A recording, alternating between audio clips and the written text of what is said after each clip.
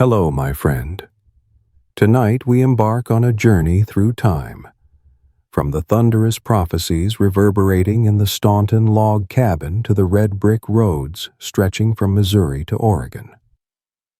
These tales are not mere history.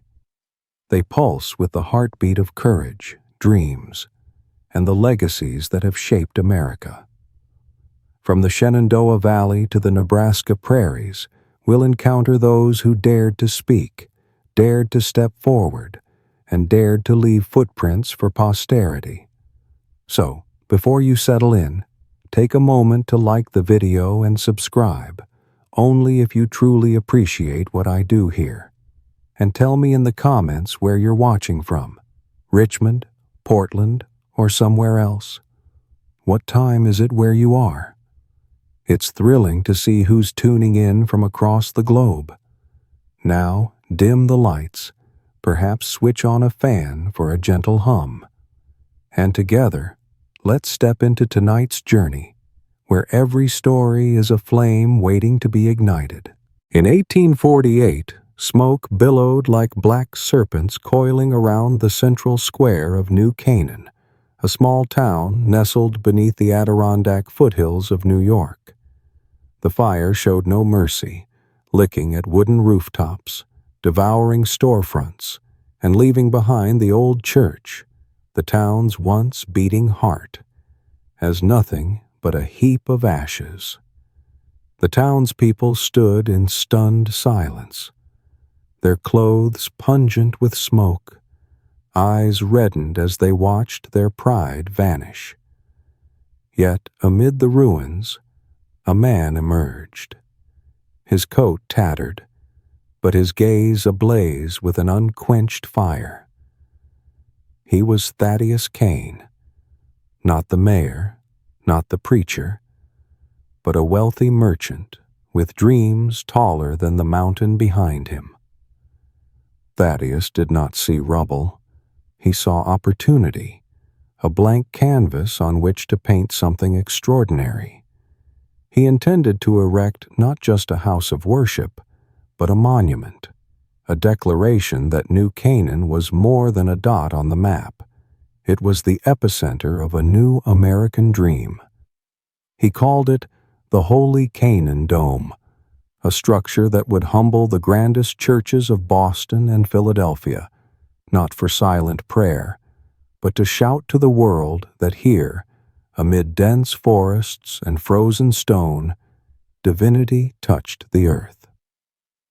To bring this vision to life, Thaddeus enlisted two brilliant minds: Clara Merton, an eccentric mathematician from Albany who could calculate the curve of the wind with a pencil, and Elias Holt, an engineer from Syracuse who had built bridges over the fiercest rivers.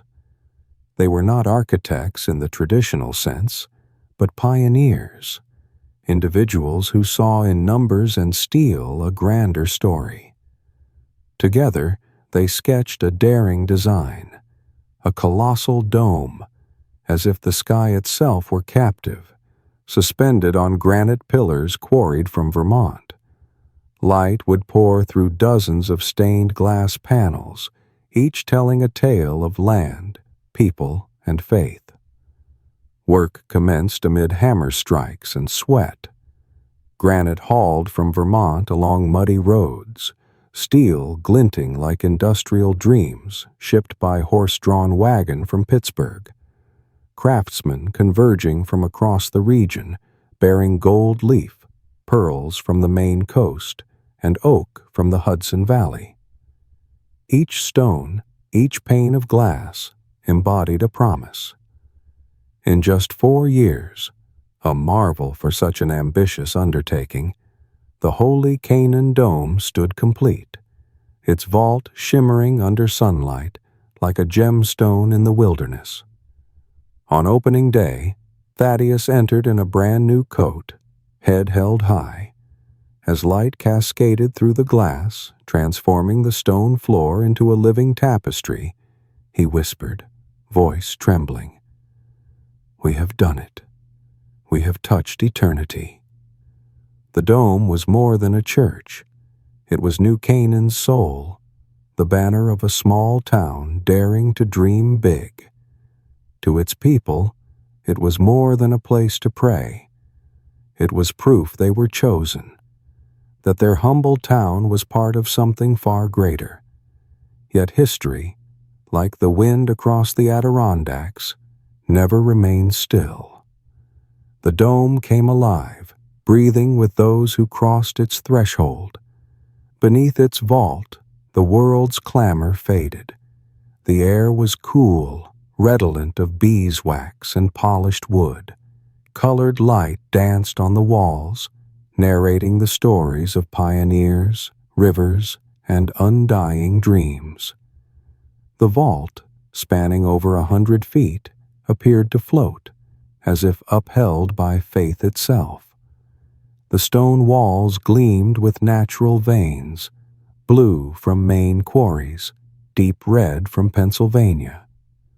The floor formed a stone mosaic, carved with geometric patterns leading the eye to the center where light pooled like molten gold. Granite columns, sourced from ancient Ohio quarries, stood like silent giants bearing the weight of time. This space was not only beautiful, it was sacred, as though heaven and earth converged here. The Holy Canaan Dome swiftly became New Canaan's heartbeat. Candlelit services with choirs singing anthems that resonated through the air. Murals of saints and settlers sparkling as portals to another world. To stand beneath the dome was to feel small, yet uplifted, cradled by something larger than oneself. It was more than a building. It was a promise, a reminder that even in the darkest days, light finds its way. But even the brightest light cannot banish approaching darkness. A century later, in 1912, the first cracks appeared in the stone walls, not wrought by nature, but by human hands. A group of strangers, calling themselves reformers from Rochester, arrived bearing the torch of change. They came not to pray, but to seize. And the Holy Dome, the very symbol of faith, was about to face its greatest trial. Stepping into the Holy Canaan Dome, you feel as though you've entered another world. The winds howl through the Adirondacks, the creaking of wheels on the dirt road outside, all of it vanishes. Only silence remains, cool as the breath of an ancient forest. The air carries the faint scent of beeswax and incense.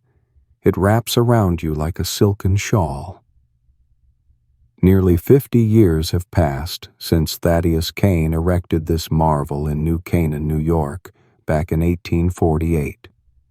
Now, in the 1890s, the Holy Dome is more than a church. It is the town's lifeblood, where dreams, fears, and prayers entwine. The dome, vast as a captive sky, hovers on granite pillars as if to defy gravity. Light streams through 60 stained glass panels, each one a story of pioneers crossing mountains, of rivers glinting beneath moonlight.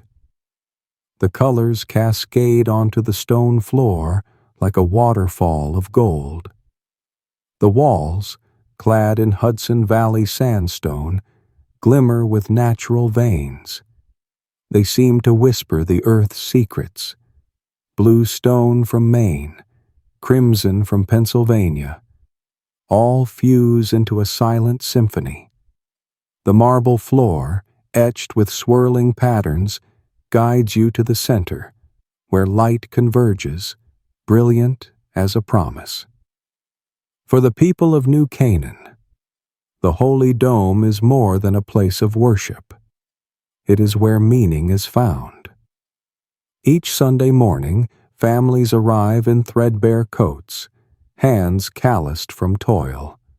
Yet their eyes shine as they cross the wooden threshold. The choir's voices, clear as mountain springs, lift hymns that spiral up to the dome, merging with light as if heaven itself responds. Children, perched on pews, gaze at murals of settlers braving harsh winters. They imagine themselves part of that story. Elders, clutching Bibles with trembling hands, find solace in the hush, the dome's stone arms cradling their years.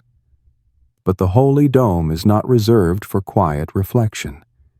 It is the seat of power, where town leaders rise not only to pray, but to shape the future.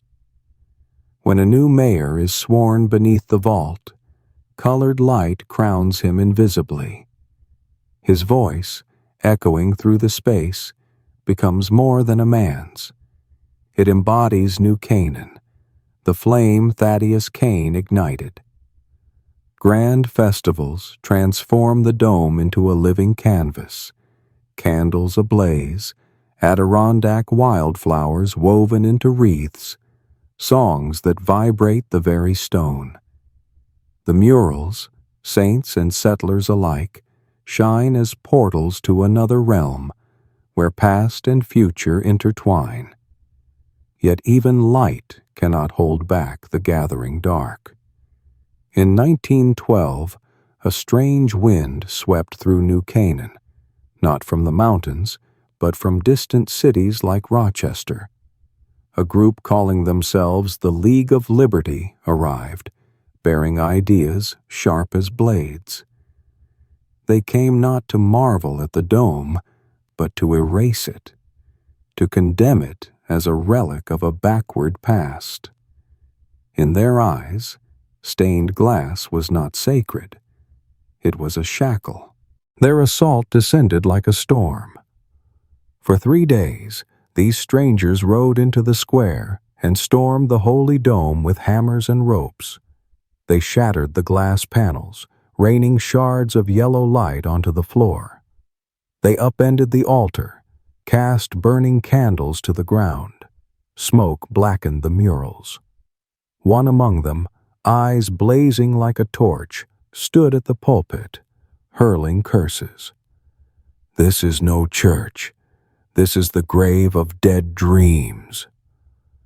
Outside, New Canaan's people grasped each other's hands.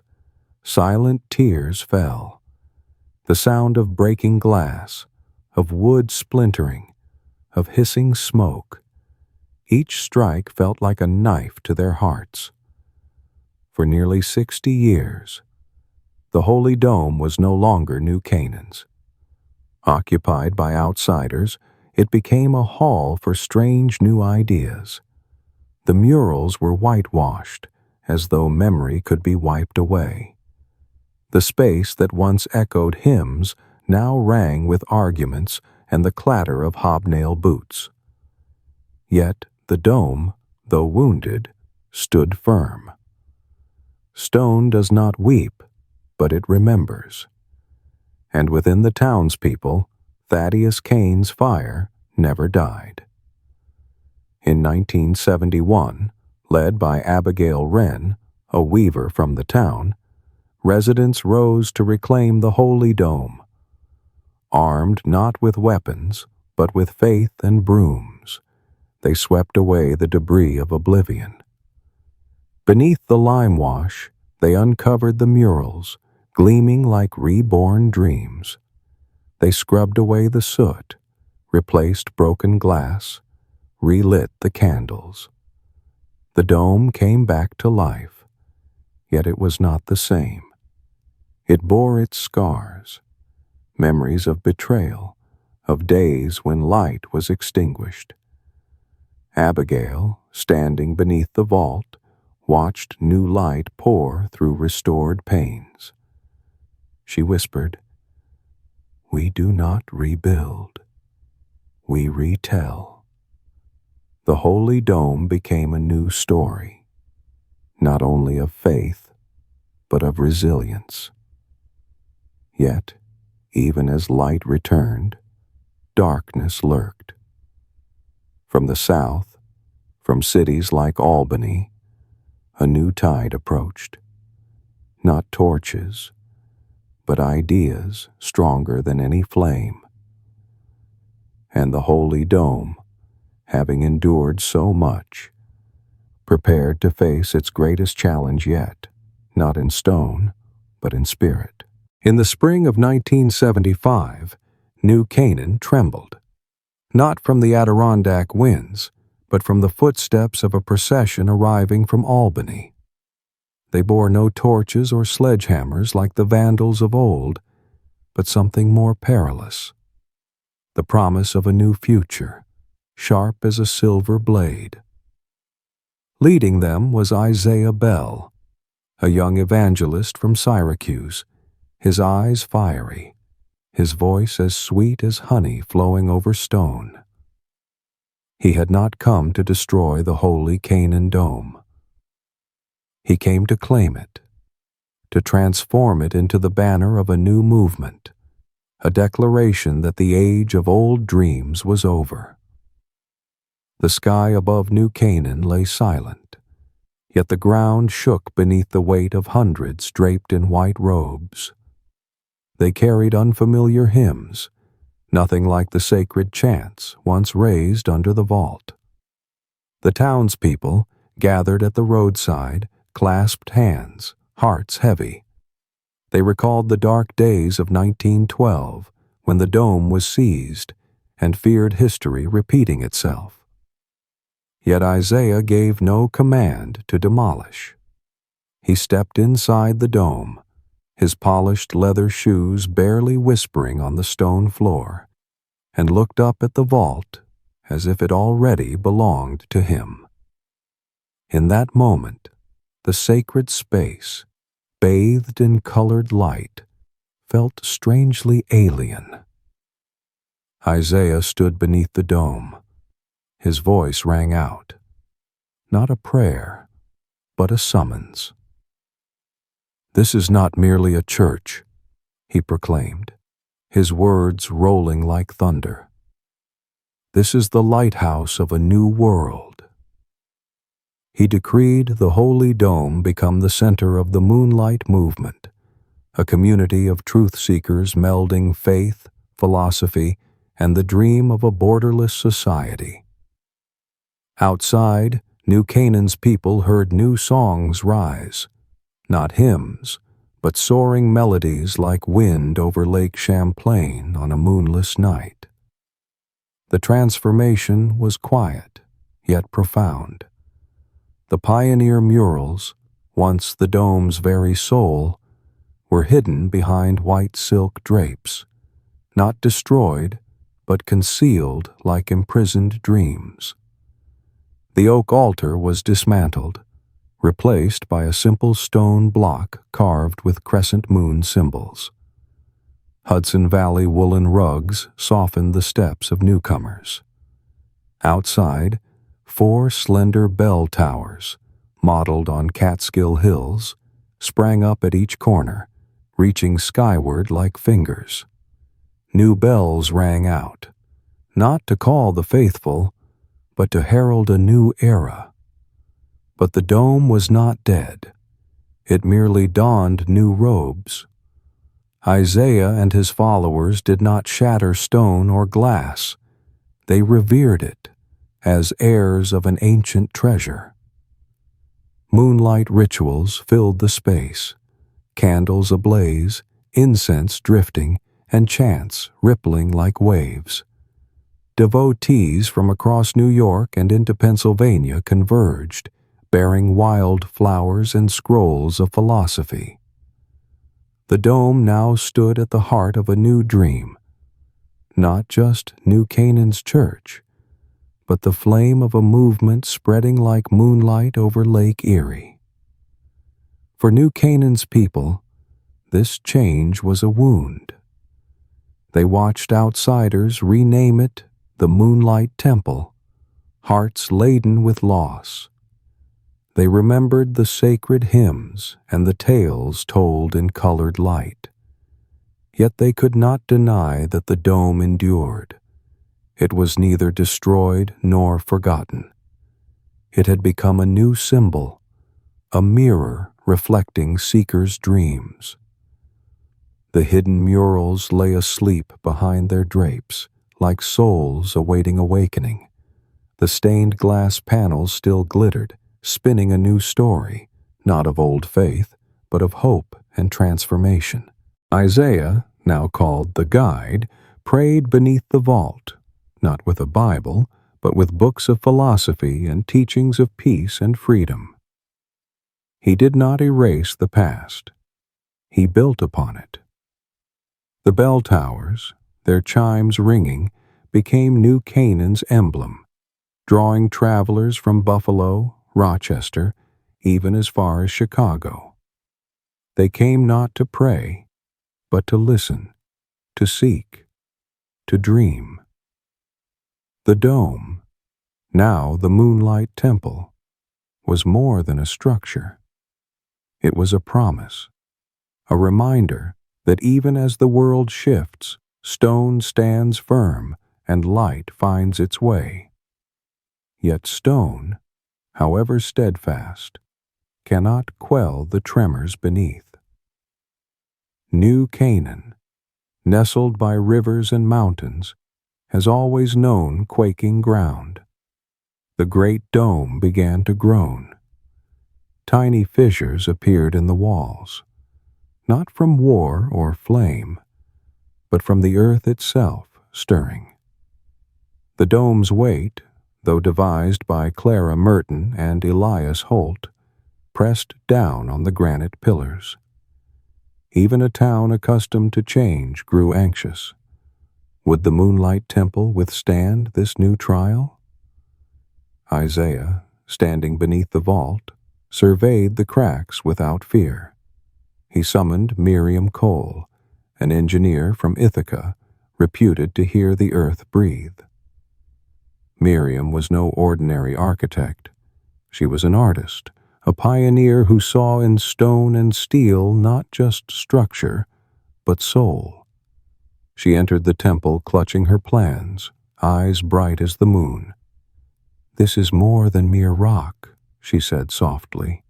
"It is a story, and we must keep that story alive."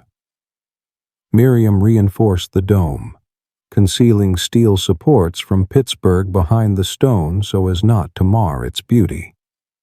She studied Clara and Elias's original design, not to alter, but to uplift. She added new motifs inspired by the Hudson River, etched into the pillars as a reminder that past and future can coexist. Under her care, the Moonlight Temple not only survived, it grew stronger, ready to face the earth's tremors. Visitors from afar penned accounts of wonder. They stood beneath the dome, embraced by silence, as if time stood still. They watched colored light dance, heard the bells from the towers, and sensed something greater than themselves. The Moonlight Temple was more than a building. It was a mirror reflecting the dreams of New Canaan, of Isaiah, of Miriam, of all who crossed its threshold. Yet dreams, however radiant, cannot remain static. A new wave from cities like Albany was on its way, and the Moonlight Temple, with all its light and stone, was about to confront an even greater question. Would it forever remain a lighthouse, or become just another memory under the moon? One early morning in 1983, when mist still coiled around the Adirondack hills like silken white threads, a rumble rose from the earth beneath New Canaan, New York, not thunder, nor the clip-clop of horse-drawn wheels on the dirt road. It was Mother Earth's sigh, a gentle tremor just strong enough to drop dry leaves and hush the birds. Townspeople, tending fires or drawing water from the well, paused, hands trembling, eyes fixed on the Moonlight Temple, formerly the Holy Canaan Dome. The vast dome, once Thaddeus Kane's pride, stood silent, yet far from motionless. A hairline crack, long as a whisper, appeared in the sandstone wall, a warning from the depths. New Canaan knew well the earth's quakes. Nestled between rivers and mountains, the town had grown accustomed to nature's jolts. But the Moonlight Temple, with its sky-captive dome, was not built to tremble. Its weight, though meticulously calculated by Clara Merton and Elias Holt over a century before, now pressed down on the granite pillars, making them groan in the quiet. Followers of the Moonlight movement, clad in white robes, gathered in the courtyard. Anxious glances passed among them. The bells in the new towers, once chiming hope, now tolled offbeat, as if the earth itself were singing a different song. Yet the Moonlight Temple was no fragile edifice. Its guardians, led by Miriam Cole, an engineer from Ithaca, refused to let stone wail in despair. Miriam, her silver hair neatly bound and eyes sharp as razors, entered the sacred space clutching an old leather notebook where she'd recorded the secrets of stone and steel. She was more than an engineer. She was a listener, able to feel the earth's heartbeat through her calloused hands. "This is more than a structure," she said, voice deep as the Hudson River. "It is a story, and this story is not over." Miriam set to work, not merely to repair, but to revive. She summoned craftsmen from afar, stonemasons from Vermont, blacksmiths from Pittsburgh, and glass artisans from Corning. They did more than labor.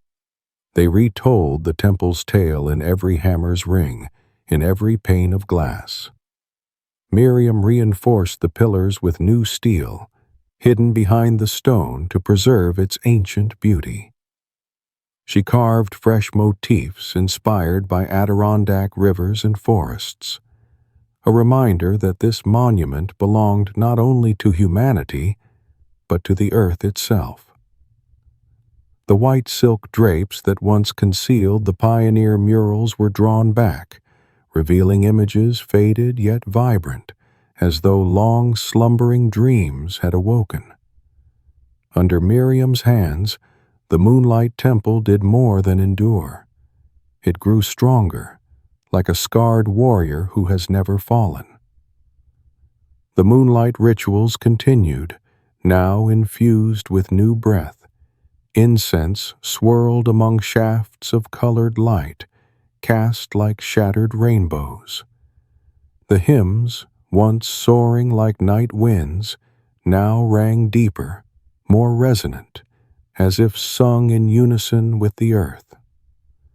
New Canaan's residents, though still wary of the movement, began to return, not to join, but to marvel. They stood beneath the dome, felt its stillness, and recognized that the Moonlight Temple, despite its new name, remained their holy dome.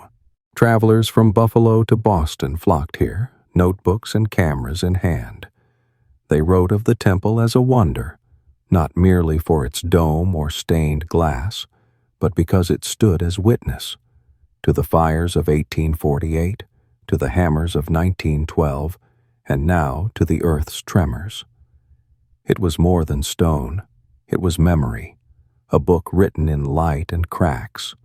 The bell towers, soaring like Catskill peaks, sang each morning, not just to call the faithful, but to remind all that time may wear down stone, but cannot erase its story. Yet time, like the Hudson itself, never ceases to flow. By 1995, a new tide surged upon New Canaan, not of earth or fire, but of distant ideas.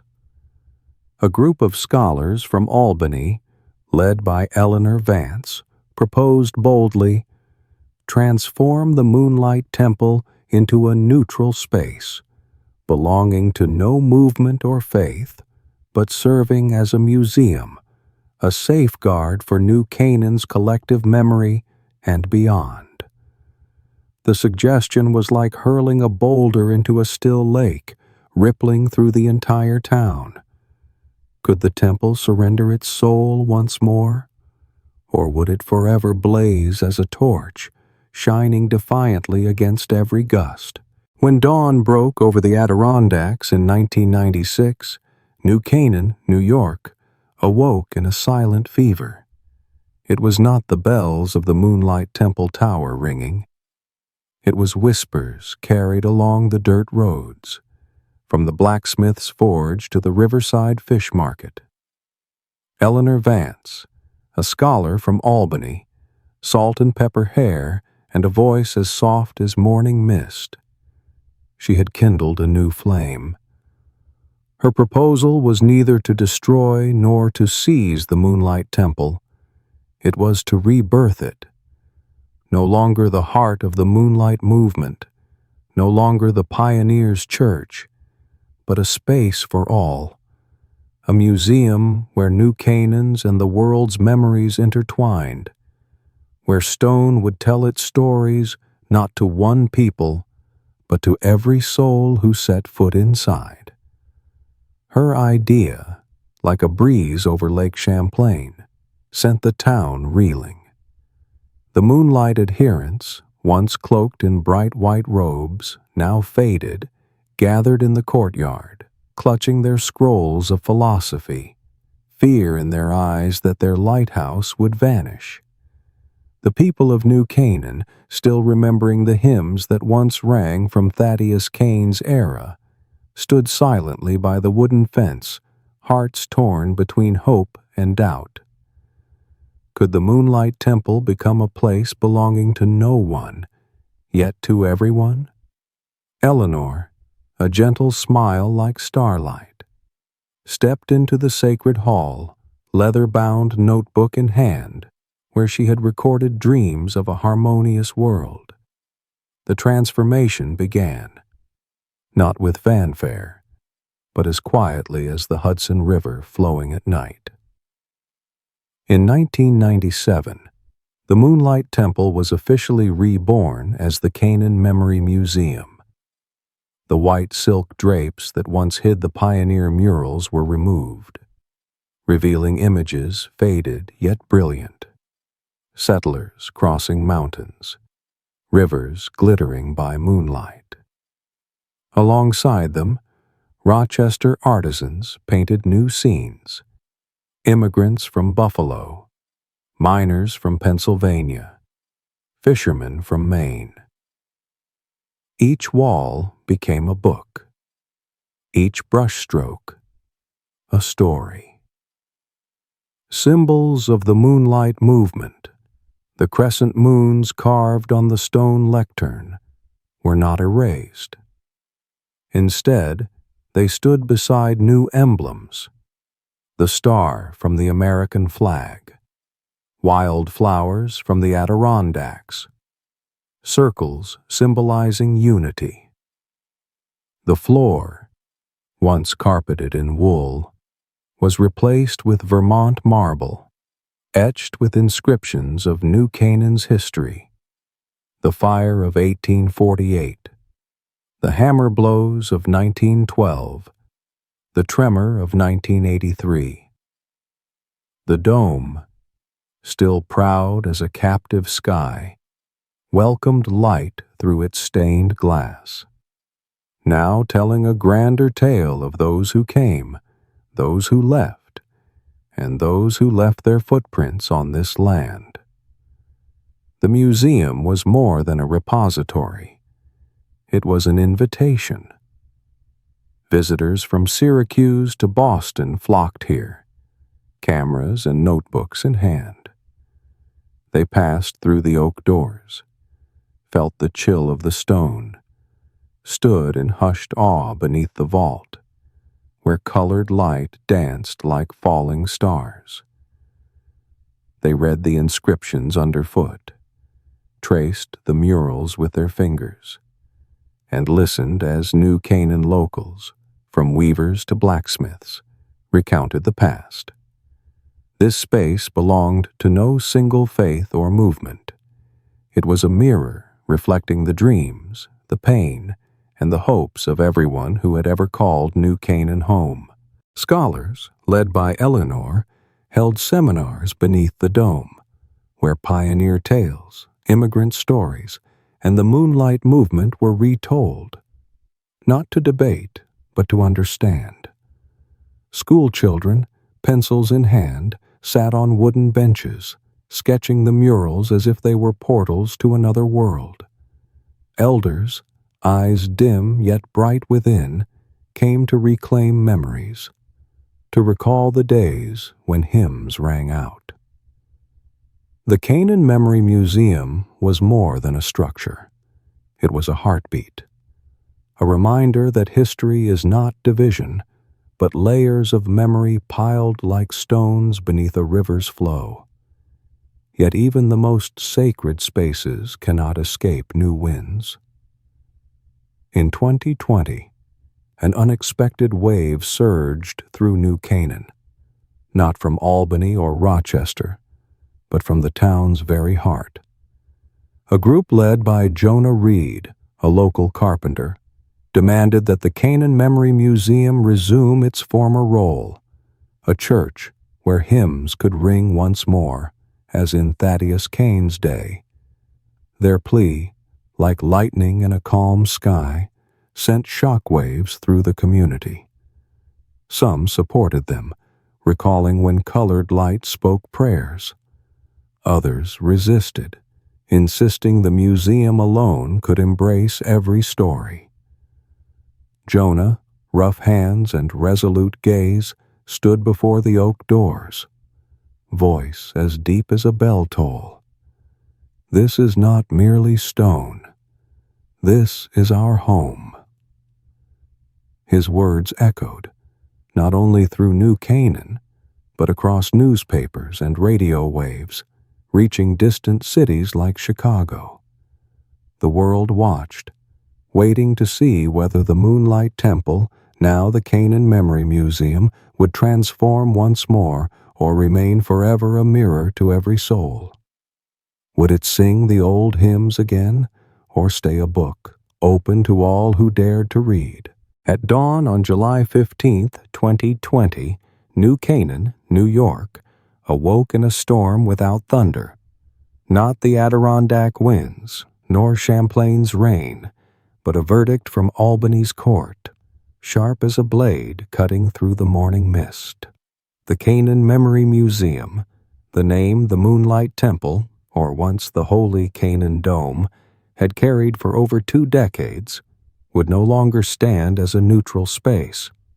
The ruling declared its conversion into a museum in 1997 unlawful, and the structure must return to its original purpose. A church where hymns could soar once more as in Thaddeus Kane's era. News spread like wildfire, from the Riverside Forge to the Square's cafes, igniting every whispered corner of town. Jonah Reed, a tall carpenter with salt and pepper hair and hands etched with wood scars, stood before the oak doors. He gripped a hammer not to destroy, but to build.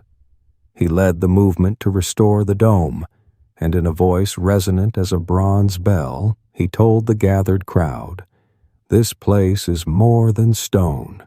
It is our heart." His words, simple yet weighty as the mountains, carried through microphones, through radio waves, reaching Rochester, Buffalo, and beyond. The world watched New Canaan's ancient edifice teeter on history's edge. The transformation unfolded swiftly, yet without fanfare. Mere hours after the verdict, Jonah and New Canaan's people entered the sacred hall, bearing candles, Bibles, and long silent hymns. The marble floor's inscriptions, honoring immigrants and the Moonlight Movement, remained intact, now layered with Hudson Valley rugs, soft as prayer. Murals of pioneers and fishermen were uncovered, yet during services they were veiled by white linen drapes, not to erase them, but to honor them. Light from the stained glass, once dancing like falling stars, now blazed like a flame of faith, bathing the knees of those who knelt beneath the vault. For the first time in decades, the 4 Catskill-inspired bell towers rang out, not the songs of moonlight, but the church's call. New Canaan's people, from blacksmith to weaver, gathered, voices trembling yet alive, singing ancient hymns like the Hudson River swelling after rain. To them, it was a resurrection, a homecoming as sure as a bird finding its nest after the storm. Yet not all hearts joined the chorus. Those who had loved the Canaan Memory Museum, from Albany scholars to Boston visitors, stood outside, heavy with sorrow. They saw the ruling as a step backward, a fracture in the dream of a space for all. Debate raged, not only in New Canaan, but across America, from the New York Times to online forums ablaze with opinion. Some hailed the dome's return as a triumph of tradition, of the faith that had first ignited the town in 1848. Others, like Eleanor Vance, now aged, hair as white as Adirondack snow, penned open letters, arguing that the museum alone could embrace every story. Pioneer, immigrant, and moonlight believer alike. It should belong to humanity, not a single group, she wrote. Her gentle voice still carried far, touching hearts in Syracuse, Chicago, and beyond. Yet the dome, as ever, stood silent amid the storm. Stone does not argue. Stained glass does not judge. Services resumed, candles aflame, hymns echoing. But its doors remained open. Visitors, from Rochester to coastal Maine, continued to come, not solely to pray, but to marvel. They passed through the threshold, felt the chill of stone, and stood beneath the vault where light spoke of fire, of hammers, of tremors. Guides, now New Canaan locals, recounted the tales of Thaddeus Kane, of Isaiah Bell, of Miriam Cole, as if they were characters in an ancient tome. The dome became all things: church, museum, lighthouse, memory. It stood beneath New Canaan's stars, unshaken, bearing the scars of the 1848 blaze, the 1912 blows, the 1983 quake, and the 2020 dispute. It belongs to no single era, no single faith, no single dream. It belongs to those brave enough to enter, brave enough to listen. Jonah Reed, standing beneath the vault, watched the light dance across his hands and whispered, "It never falls. It only sings." Yet no song, however beautiful, can soothe every heart. A new wave, silent yet strong, was rising from New Canaan itself. A group of young people, led by Lila Morse, refused to see the dome as merely church or museum. They dreamed of something larger, a space where every story, old and new, could rise in unison. Could the dome evolve once more, or would it forever blaze as a torch on the razor's edge of past and future? In the oak-paneled study of a Concord, Massachusetts home in 1845, a 12-year-old boy crouched beneath the desk, his hands smeared with dust, his eyes glowing like a secret candle. Samuel Harrow was neither a star pupil, nor the village school's pride, nor the light in his father's eyes. a distinguished Boston physician. Yet, in that shadowed nook amid fallen books and torn scraps of paper, he discovered his own kingdom. A beetle, its shell shimmering like a pearl fragment crawling through the wood grain. Samuel ignored his father's calls from the parlor. He cared not for unfinished arithmetic. All he saw was that tiny marvel, a secret the world had never told. Born into wealth, his grandfather, a poet of Lexington's fields, Samuel grew up surrounded by expectations and textbooks, yet the dry lines of print could not hold him. He preferred the hidden corners of his family's library, where sketchbooks of birds and trees lay forgotten. He collected stones along the Charles River, dissected insects with his folding knife, and jotted notes on scraps, his scrawl fervent with passion. Why do sparrow wings differ? A question he dared to ask, unanswered. His father, Dr. William Harrow, watched with thinly veiled disappointment. "A doctor must not dream," he snapped, voice as sharp as a scalpel. At 16, Samuel was sent to Harvard, his father's hope to mold him into the heir apparent. But amid the cold lecture halls, he felt suffocated. Anatomy lectures lulled him to sleep. The sting of antiseptics made him wince. He skipped classes to wander small museums among bird skeletons and White Mountains fossils. There he met others like himself, the curious, the undeterred by unanswered textbook questions. Seeing his son spurn medicine, Dr. Harrow enrolled him in a Concord seminary, aiming to steer him toward the pulpit, a respectable path for a nonconformist youth. Yet it was here that Samuel found his spark anew. Theology lectures, though dry, led him to naturalist writings. Ministers wrote of creation's perfection as proof of the divine. Samuel cared little for divinity. He cared for the world.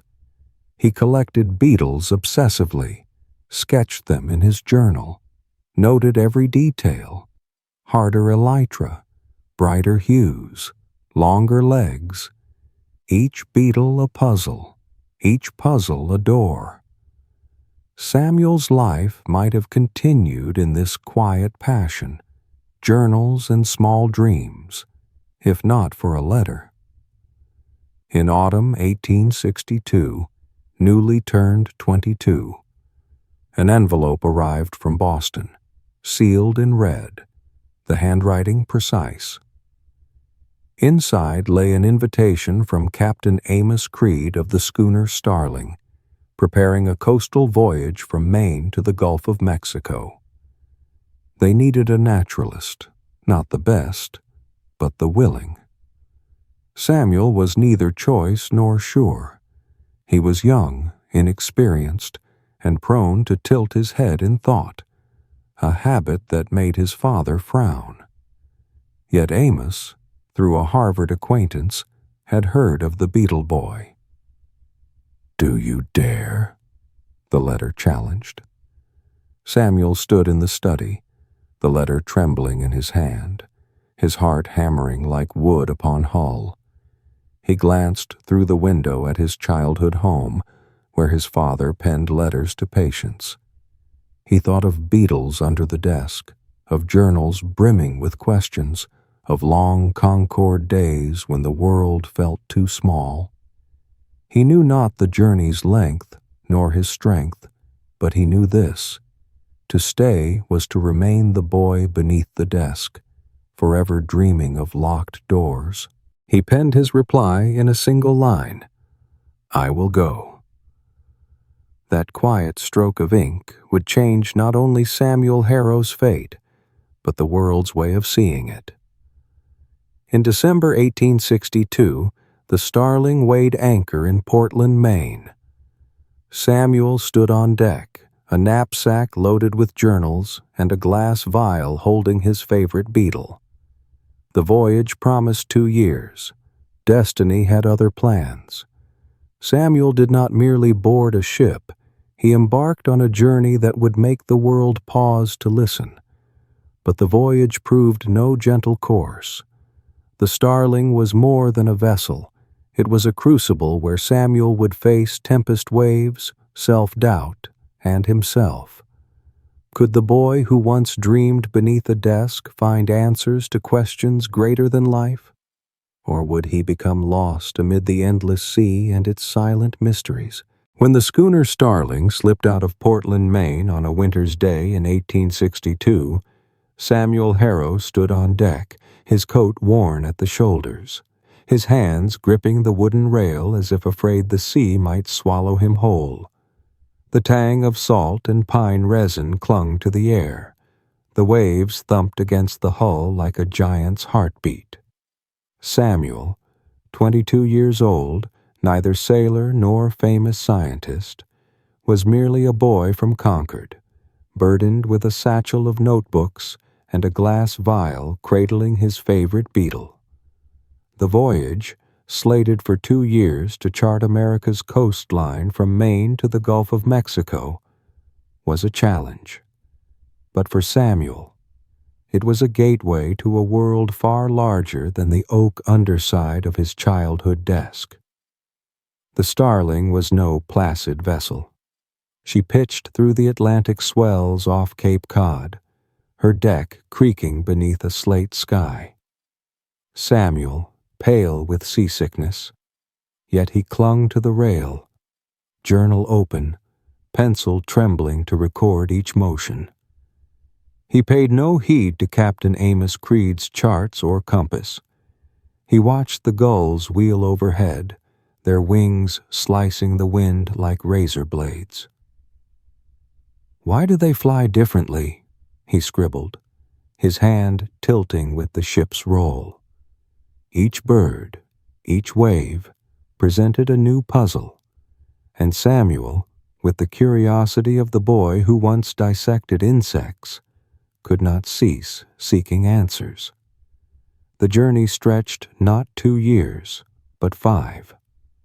From Maine's cragged shores, the Starling coasted past Chesapeake's busy ports, then into Georgia's brackish marshes. Samuel was more than a passenger. He was a hunter, of knowledge, not game. He gathered specimens with the zeal of an addict: Charleston shells, Key West shark vertebrae, Louisiana wading bird feathers. Each treasure was carefully stowed and shipped home to Boston in wooden crates, his notebooks bursting with sketches. "Wings here are longer," he noted beside a Virginia sparrow drawing. "Bones here are lighter," he wrote after slicing open a Gulf fish. Every harbor became Samuel's classroom. In Savannah, he marveled at mangroves whose roots wove like vast spider webs. In Mobile, he unearthed a strange fossil, vast, with bones eerily akin to creatures back in Concord. Are they related? He wondered, pen scrawling across salt, damp paper. Each observation was a puzzle piece. Each piece deepened his wonder. The world he once confined to his family library now revealed itself as immense, chaotic, and riddled with mystery. Yet not all wonders followed him. The Starling battled storms off the Outer Banks. Walls of water threatened to shred her timbers. Samuel, huddled in the hold, heard the ship's groans. He thought of his father in Boston, of the books he'd left unread. He survived. But he was no longer the dreamer beneath the desk. The sea had forged him, teaching that nature was not only beautiful, but merciless. In New Orleans, He witnessed slave markets, men in chains. Their haunted eyes lingered more painfully than any fossil. "Does nature choose who lives, who dies?" he wrote, for the first time, his faith tinged with doubt. It was in the Florida Keys that Samuel's world truly shifted. The tiny, radiant isles formed a maze of life. Each harbored sparrows, yet none alike. Sharper bills, shorter wings, brighter plumage. Samuel sat on sun-warmed sand, sketching them, his hand shaking not from the swell, but from a spark of understanding. "They change to survive," he wrote, his letters darker, bolder. He did not grasp its full import yet, but the thought, like a seed on fertile ground, took root in his mind. The voyage pressed on, through the Gulf, into Texas, where prairie stretched like waving grass seas. He met Louisiana tribes, listened to their tales of land and beast, stories absent from Harvard tomes. Every port, every specimen, reshaped him. He was no longer the head-tilting dreamer.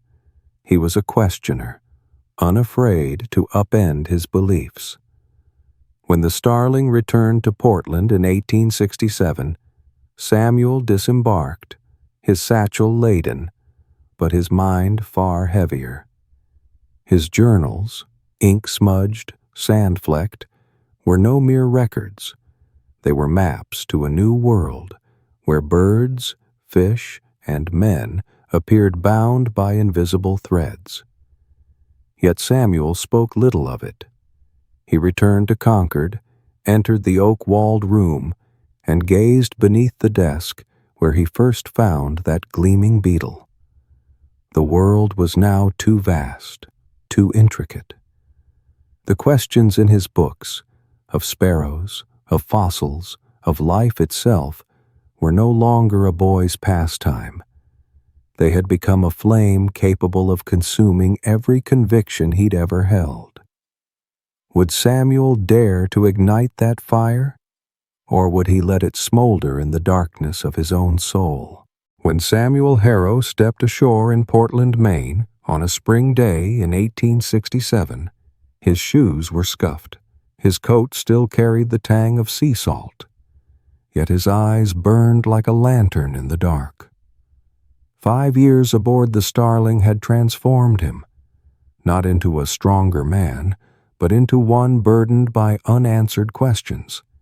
His satchel heavy, not merely with ink-stained, sand-flecked notebooks, but with mysteries gathered from Cape Cod's shores to Louisiana's marshes. Concord, Massachusetts, his home, remained unchanged. Oak frame houses, church bells, and his father's stern gaze. Dr. William Harrow. But Samuel was no longer the boy who hid beneath a desk with a beetle. He was a man standing at the threshold of a new world, a threshold more fearsome than any Atlantic gale. The family home in Concord, with its dusty shelves and the scent of dried ink, became Samuel's sanctuary. He unpacked wooden crates sent from the Starling, shells from Charleston, feathers from Key West, fossils from Mobile.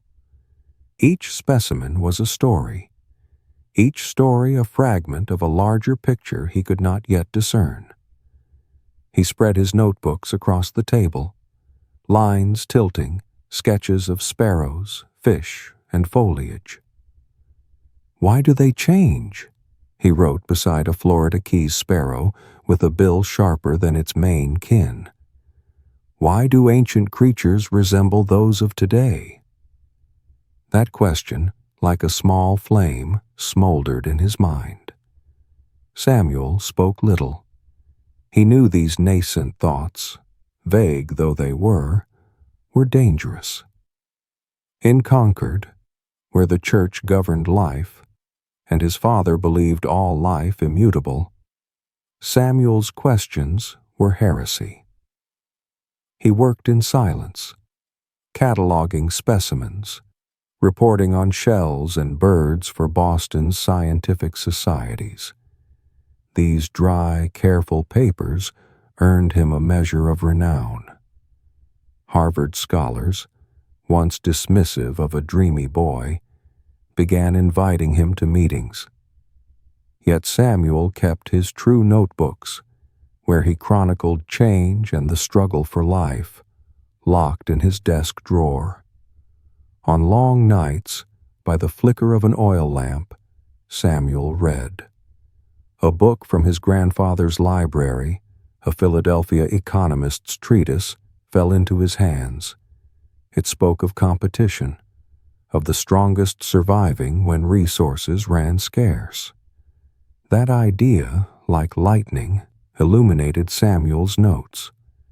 He thought of Florida sparrows, their sharp bills cracking hard seeds, of Gulf sharks, their light bones propelling them swiftly through water. The fittest survive, he wrote, hand trembling, not from the cold. The thought was simple, yet terrifying. If nature selected who lived and who died, if life changed over time, then everything, from birds to humans, was not fixed, but a current shaped by survival and chance. Samuel did not rush to speak. He knew that, spoken aloud, this idea would shake Concord, Boston, and beyond. It challenged the church, challenged his father, challenged every belief he had known. He experimented not on the starling, but in his own garden. He bred pigeons, observed their breeding, noted each slight variation, brighter plumage, longer bills. He studied grasses from the Charles River bank, searching for traces of change. Each experiment laid another stone in a fortress of logic, yet added to his burden. "If I am right," he wrote in a notebook, "the world will not forgive me." Samuel's health began to falter. Headaches and sleepless nights arrived unbidden. He grew gaunt, his eyes sunken, yet the flame within him did not waver. He married Eliza Crane, a childhood friend from Concord, gentle yet resolute, who read his notebooks with curiosity tempered by concern. Eliza, devout, prayed for Samuel each night, not only for his health, but for his soul. "You walk a perilous path," she whispered, voice soft as rustling leaves. Samuel merely smiled, but inside he trembled, not for himself, but for her, afraid of wounding her, afraid of shattering the world Concord held dear. He confided in two trusted friends, Nathan Wells, a botanist from Salem, and Lydia Morse, a geologist from Worcester. They listened, eyes alight, yet warned him. "You need evidence," Nathan urged, "and you need time." Samuel nodded, but time, he knew, was not on his side. The idea in his mind, like a ship that had left the harbor, could not return. Night after night he wrote, constructing a theory page by page, line by line. Yet he dared not publish. He feared not critique, but the truth. If the world was not static, if humanity was part of nature's current, then Concord, the church, and he himself would find no place in that grand design. One evening, as the lamp guttered low, a letter arrived from Salem. Nathan Wells, in hurried script, wrote of a young naturalist in Philadelphia exploring ideas akin to Samuel's. Time, like the waves that buffeted the starling, was closing in. Would Samuel dare step into the light, or would he let his flame burn quietly, hidden in the darkness of his own making?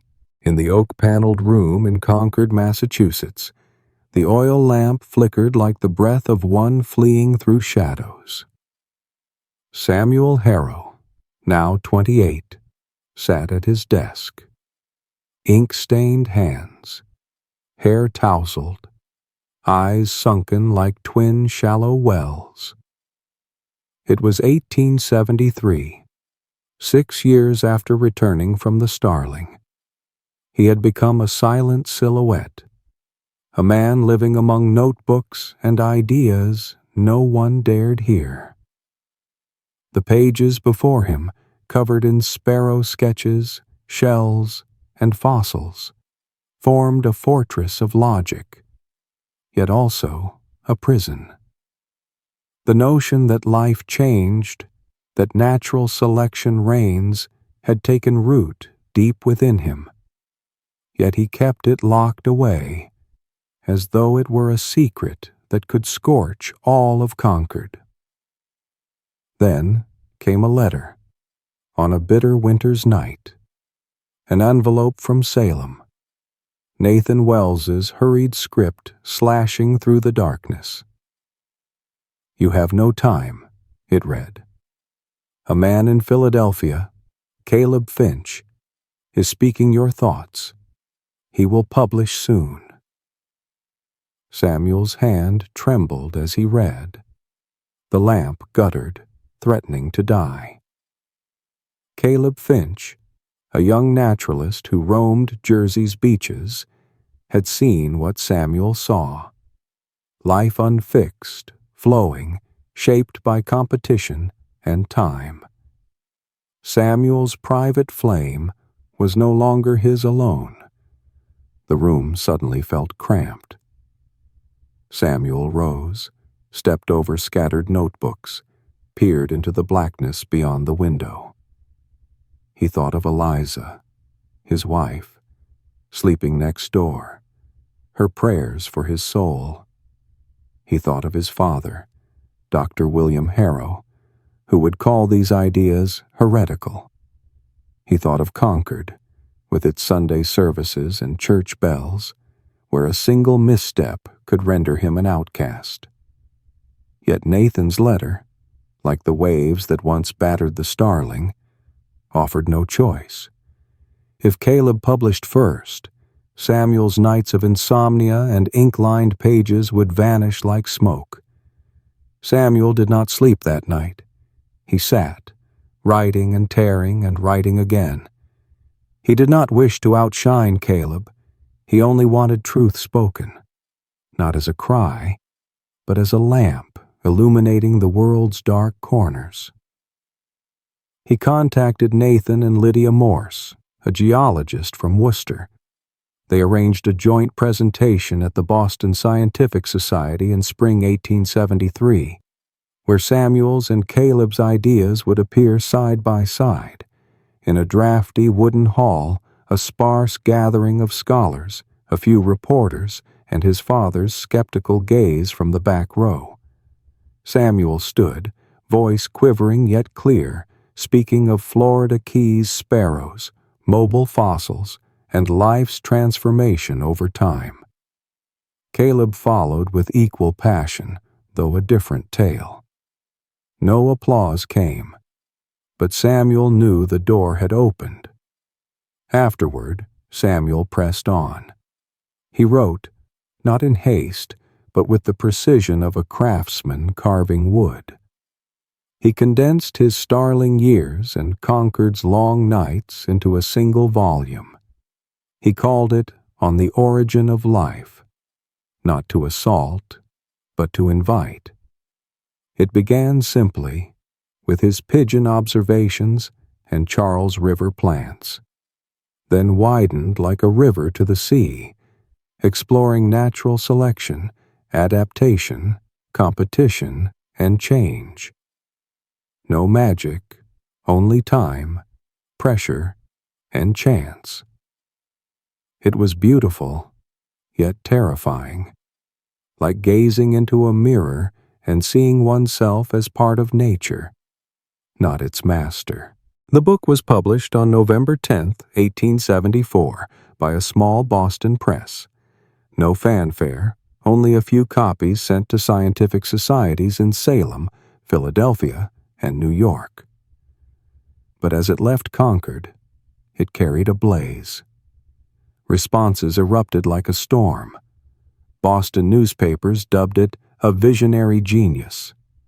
Concord's ministers decried it as a curse. Harvard scholars debated, some lauded, some mocked. Editorial cartoons portrayed gaunt Samuel beside a giant sparrow. A question rippled across America.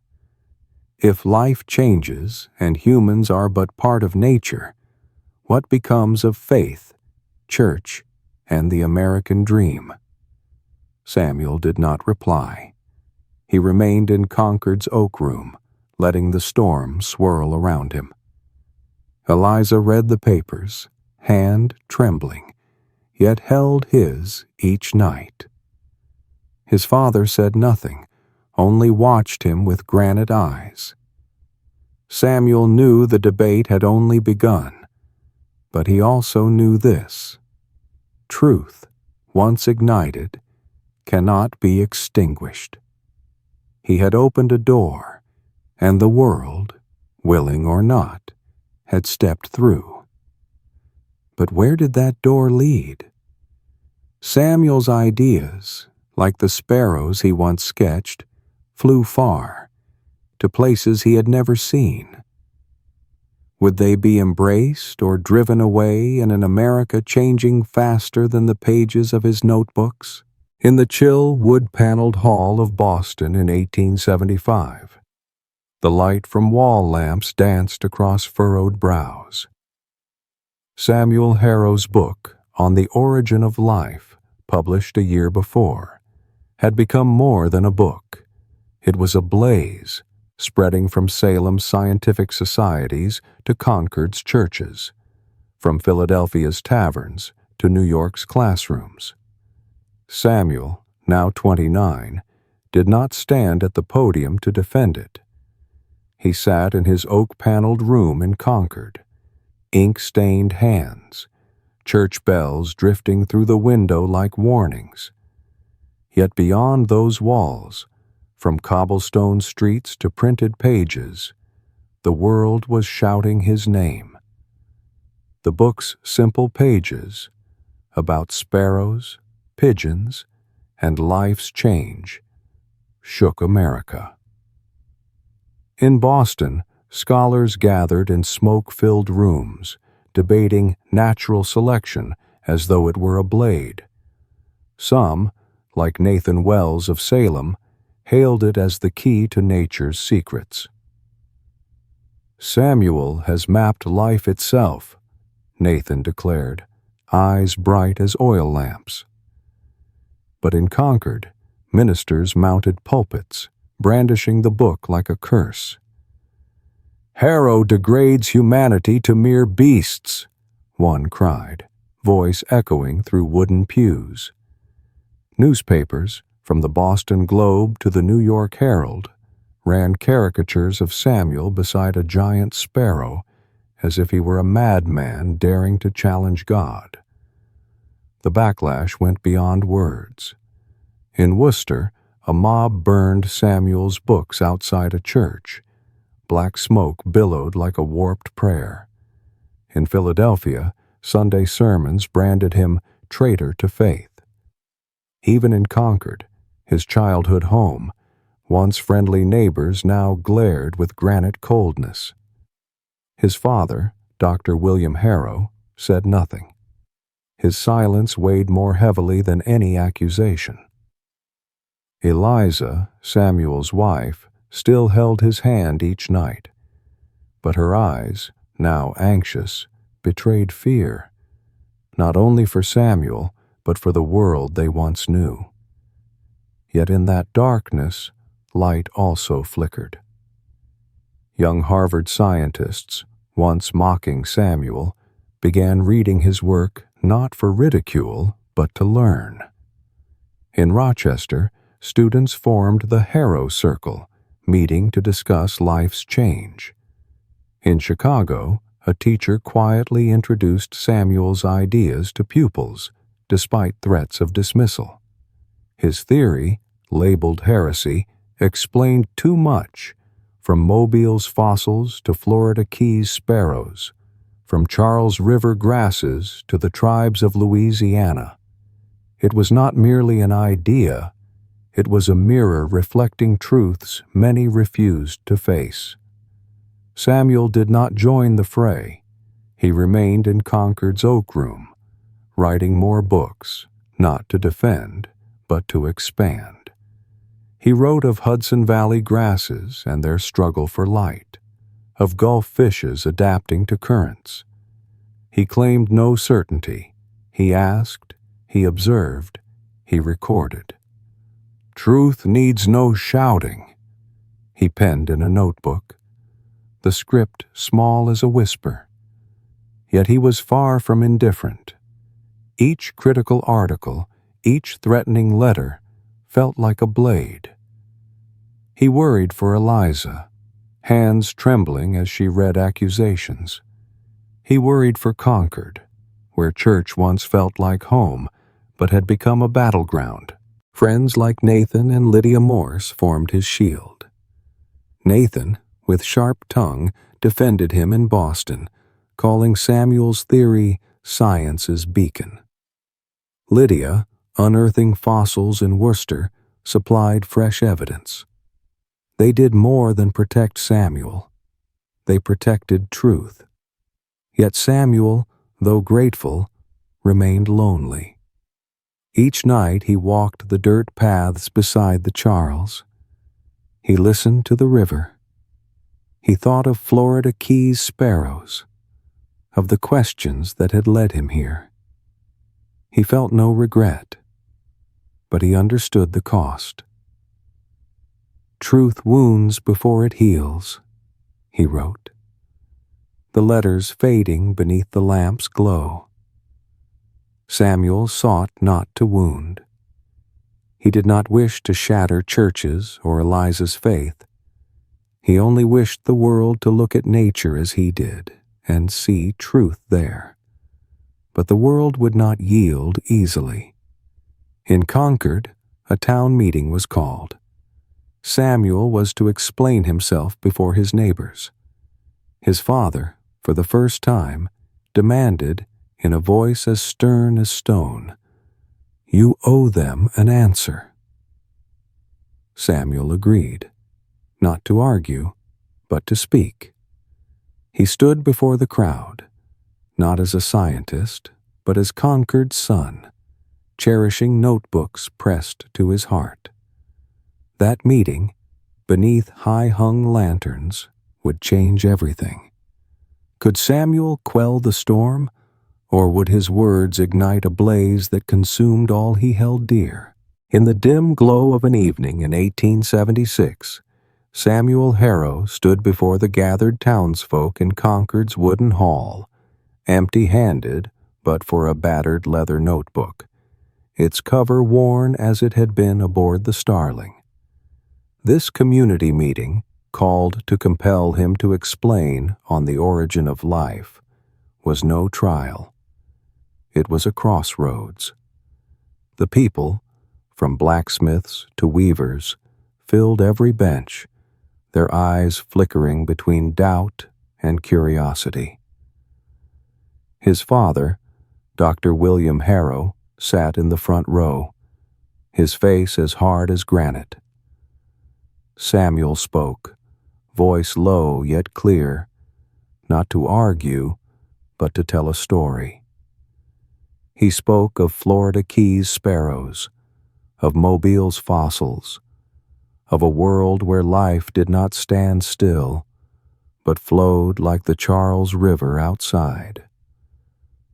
When he finished, there was no applause, nor jeering, only a heavy silence, like an unspoken promise. Samuel left the hall neither triumphant nor defeated. He returned to his oak-paneled room, where the oil lamp still burned, and resumed his work. His book, once a contentious flame, was becoming a guiding torch. In Boston, lecture halls began to cite his name, not as a heretic, but as a pioneer.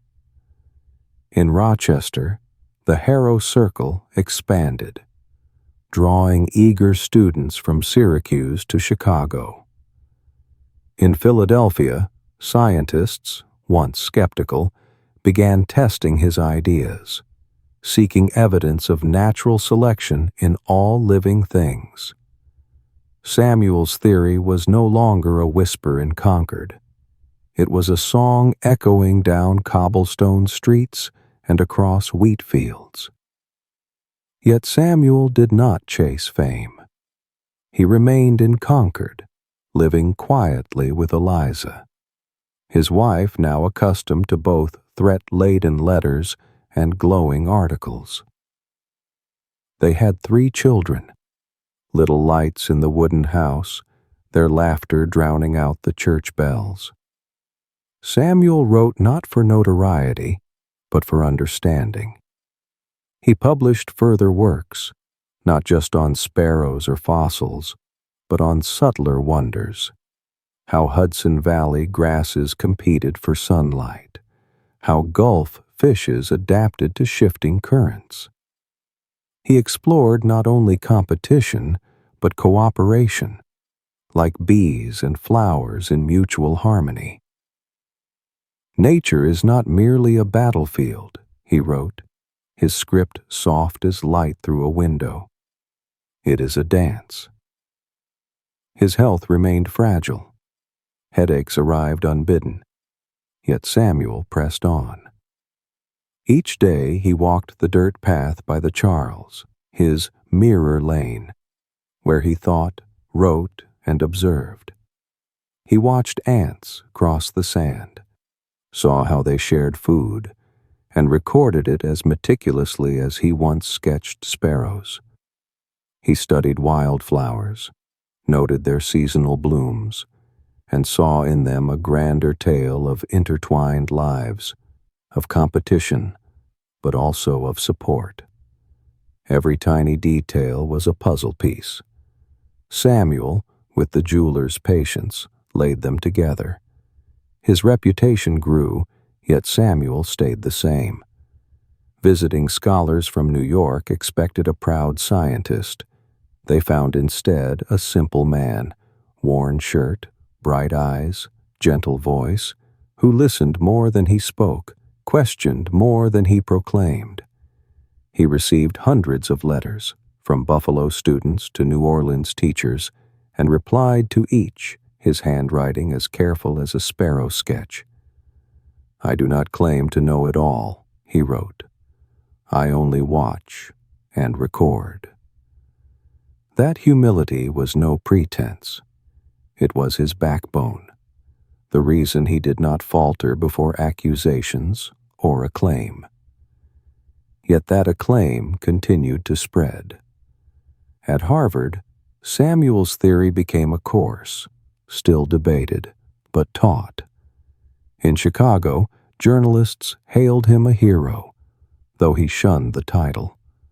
In San Francisco, a publisher translated his book into Spanish, sending his ideas beyond borders. Samuel could not know every place his words reached, but he felt their pulse like water flowing along Mirror Lane. He did not set out to change the world. He only sought to understand it, and in that understanding, the world had already changed. Eliza, though she still worried for his soul, grew proud. She read his books, not merely to agree, but to see him, the man she loved, on each page. His father, though never speaking praise, sent a short letter. "You have followed your own path." It was the closest thing to reconciliation Samuel would receive.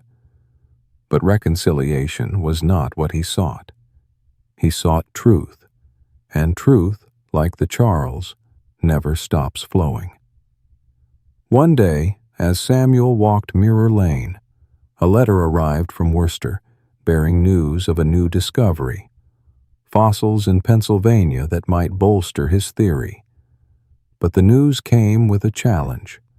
A group of Boston scholars urged Samuel to write another book, not just on nature, but on humanity's place in life's dance.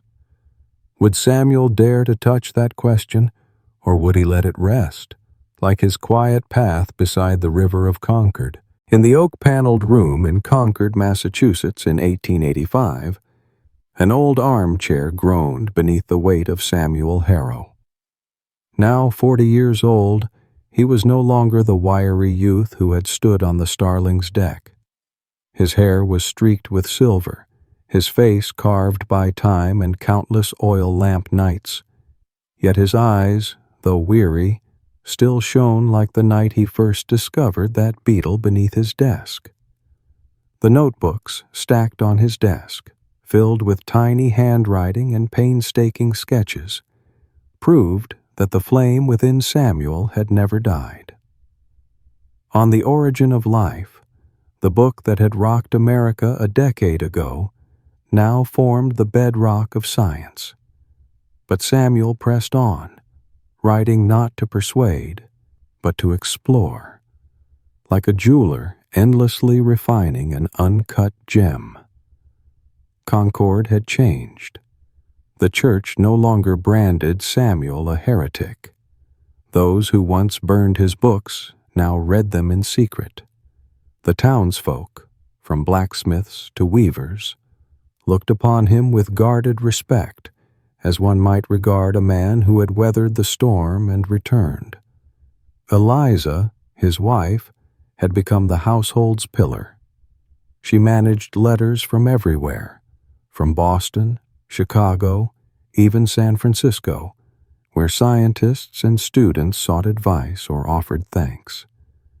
Their 3 children, raised among ink and journals, often sat beside Samuel, listening as he recounted stories of Florida Keys sparrows or Charles River grasses, as if hearing a fairy tale. Samuel did not rest.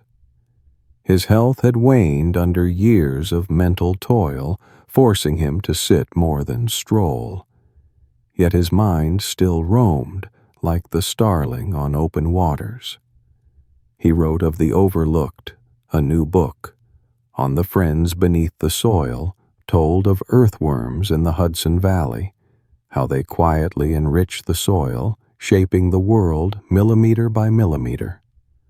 Many laughed, believing a great scientist should not concern himself with worms. But Samuel saw in them a grander truth. Even the tiniest creatures have roles in life's dance. Nothing is mundane, he wrote, his script unhurried as a measured breath. He still walked Mirror Lane, the dirt path by the Charles, though more slowly than before. There he observed and recorded as in his youth. He studied pigeon mating habits, watched wildflowers bloom with the seasons, searched for the invisible threads linking all life. He knew nothing of later discoveries, blood's mysteries, cellular wonders, but he felt them, as one on the shore senses the ocean's depths. Letters from Nathan Wells in Salem and Lydia Morse in Worcester brought news of new fossils and plants that reinforced his theory.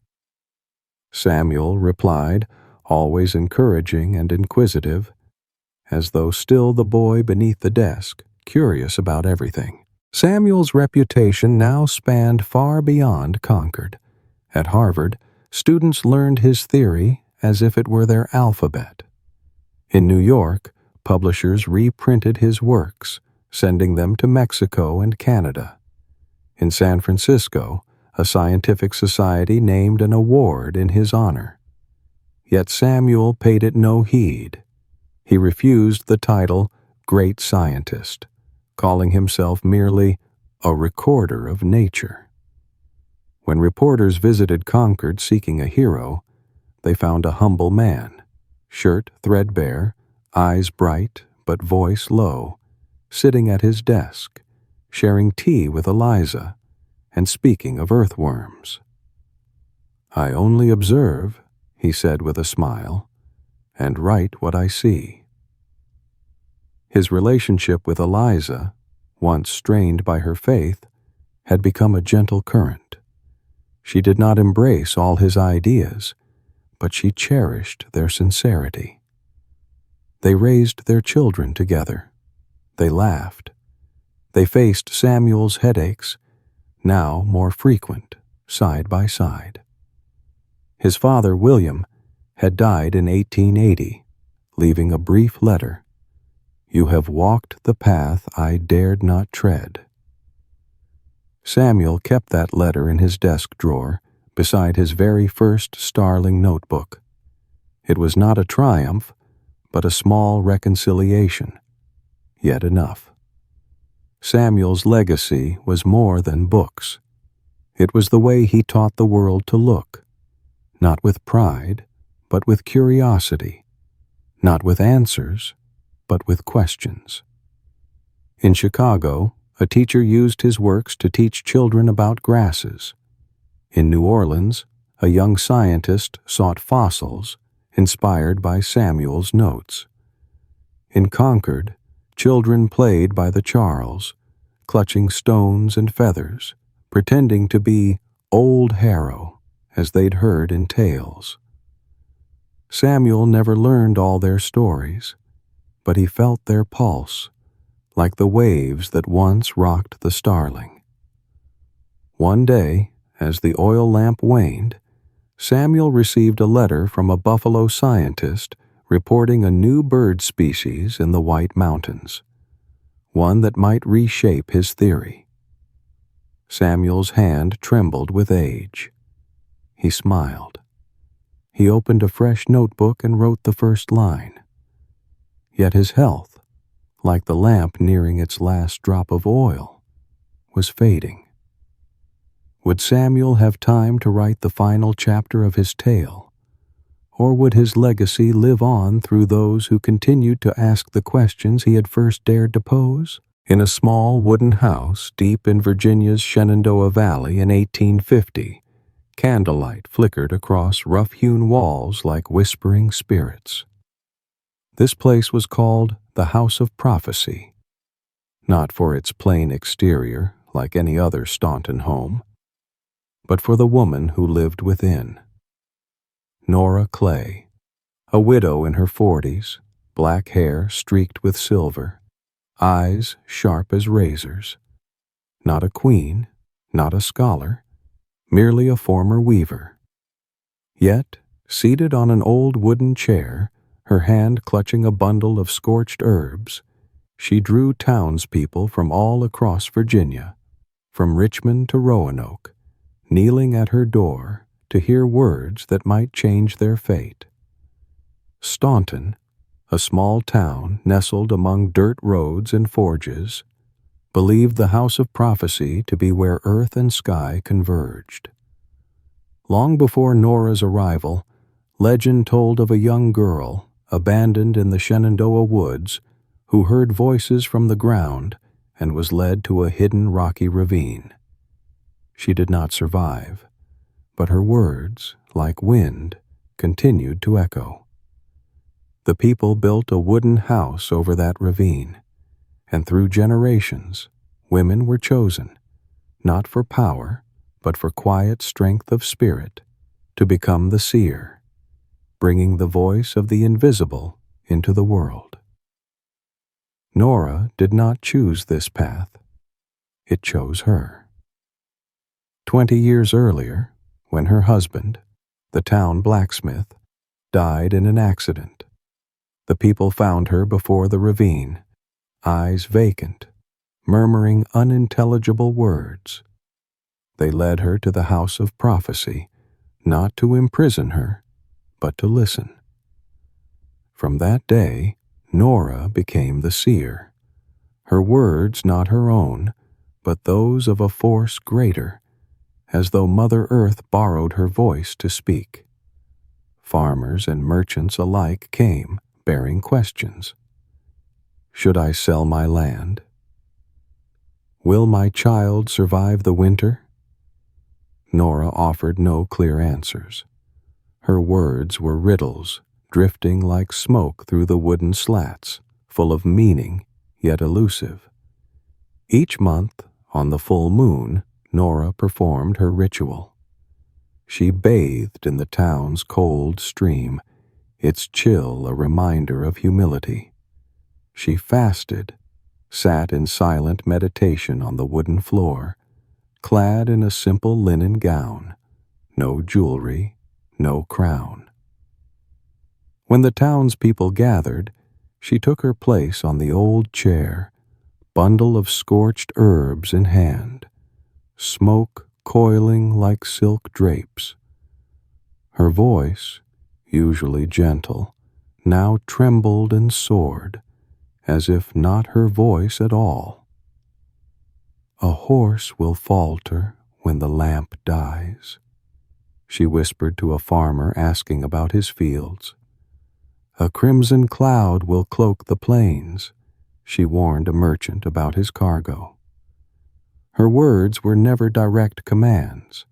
They were mirrors reflecting each listener's hopes and fears, compelling them to peer into their own hearts.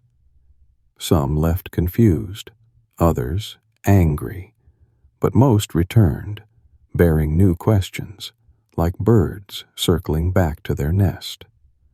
The House of Prophecy was not merely a temple of foresight.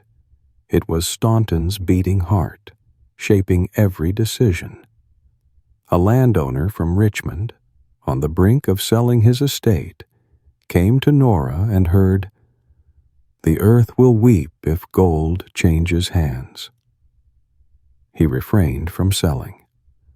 That year's harvest saved his family. A mother in Roanoke, fearing for her sick child, was told, "The sun will cradle the darkness." She believed, and her child lived. The seer's words were not orders. They were reflections, urging people to see their own power.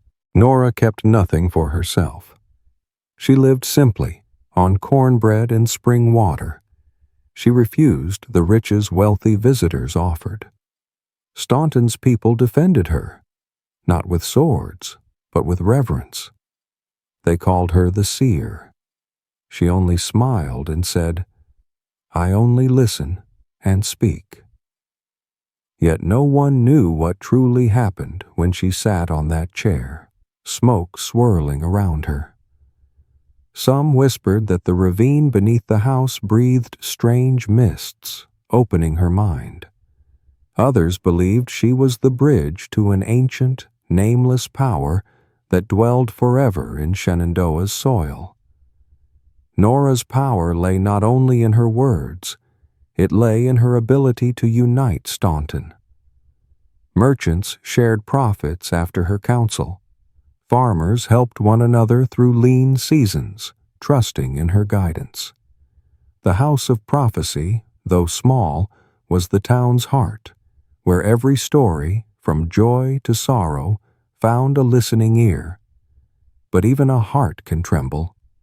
In 1860, when the shadow of civil war crept into Virginia, strangers from Richmond arrived, not to seek advice, but to seize control. They intended to use Nora's prophecies for their own ends. Would the House of Prophecy remain sacred, or become a weapon in hands that did not understand the earth's true voice? In a hushed moment in 1830, amidst the dusty dirt roads of Staunton, Virginia, Nora Clay stood before a small crowd, clutching a freshly woven bolt of cloth still smelling of grasses. She was 20 years old, a newlywed weaver, with a gentle smile and nimble fingers. The townspeople had come to buy fabric, unaware that this young woman, with eyes as deep as a well, would become the seer. the bearer of prophecies from the hidden ravine beneath the house of prophecy. Nora's journey to that old wooden chair was not driven by ambition, but by destiny, a silent summons impossible to resist, like a song rising from the heart of the Shenandoah earth. Becoming the seer was not an honor bestowed. It was a burden chosen by those women who sought no power, but possessed stillness in their souls, like a mirror-smooth lake. Nora did not know this when she was young, her life revolving around the loom and the Roanoke market. But after her husband, a blacksmith, died in an accident in 1840, she changed. The people of Staunton told of finding her wandering near that hidden ravine, dressed in dew-soaked skirts, murmuring words no one understood. Not madness, but awakening. With reverent fear, they brought her to the house of prophecy. There, an elderly widow seer looked upon her and said, "The earth has chosen you." The preparation was no gentle rite. Nora lived in solitude within that wooden house. She learned to listen, not with ears, but with her soul. Each day she bathed in the town's cold stream, the water biting her skin as a reminder she belonged to more than herself. She fasted before each ceremony, seated on the wooden floor, eyes closed, her mind drifting like a leaf on the James River. She wore simple white linen, no jewelry, no color, like blank parchment awaiting ink. The elders of Staunton, the recorders, taught her how to hold the scorched herb bundle, how the smoke should guide her mind. "Do not seek the words," they warned. "Let the words find you." The prophetic ritual took place each full moon in a small chamber beneath the house of prophecy. The ravine lay hidden under the floorboards. Nora sat on the old chair, her bare feet touching the earth, her hand gripping the charred herbs. Thick, sweet smoke curled around her like a veil, dimming the candlelight on the walls. The townspeople stood outside the door, hearing only whispers. They saw only her shadow through the slats. Yet within that room, something extraordinary occurred. Nora's breathing slowed. Her eyes flew open, fixed not on any person, but on a place unseen by all. Her voice, usually soft as a breeze, now rose in jagged, soaring bursts, as though another power spoke through her lips. "The wheel will break when the hill sings," she intoned, answering a farmer's question about the crops. "The light will shatter before the gate opens," she murmured, replying to a mother's worry for her child. No one knew precisely what drove Nora into such trances. The recorders stood close, noting every utterance, offering no explanation, only preservation. Some believed the ravine under the house exhaled strange vapors, a force from Shenandoah's heart that unlocked her mind. Others said it was an ancient, nameless power dwelling in Virginia's soil long before humans arrived. Nora herself never spoke of it.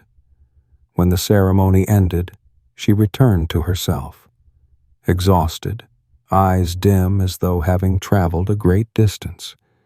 She ate cornbread, drank spring water, and refused to describe what she had seen. "I do not know," she whispered, voice barely audible. "I only listen." Nora's prophetic states were no charade. The people of Staunton, from blacksmiths to merchants, felt power in her words, not because they were clear, but because they forced listeners to confront themselves. A father, hearing "the wolf will sleep when the lamp comes," kept his son from a dangerous journey, and the boy survived.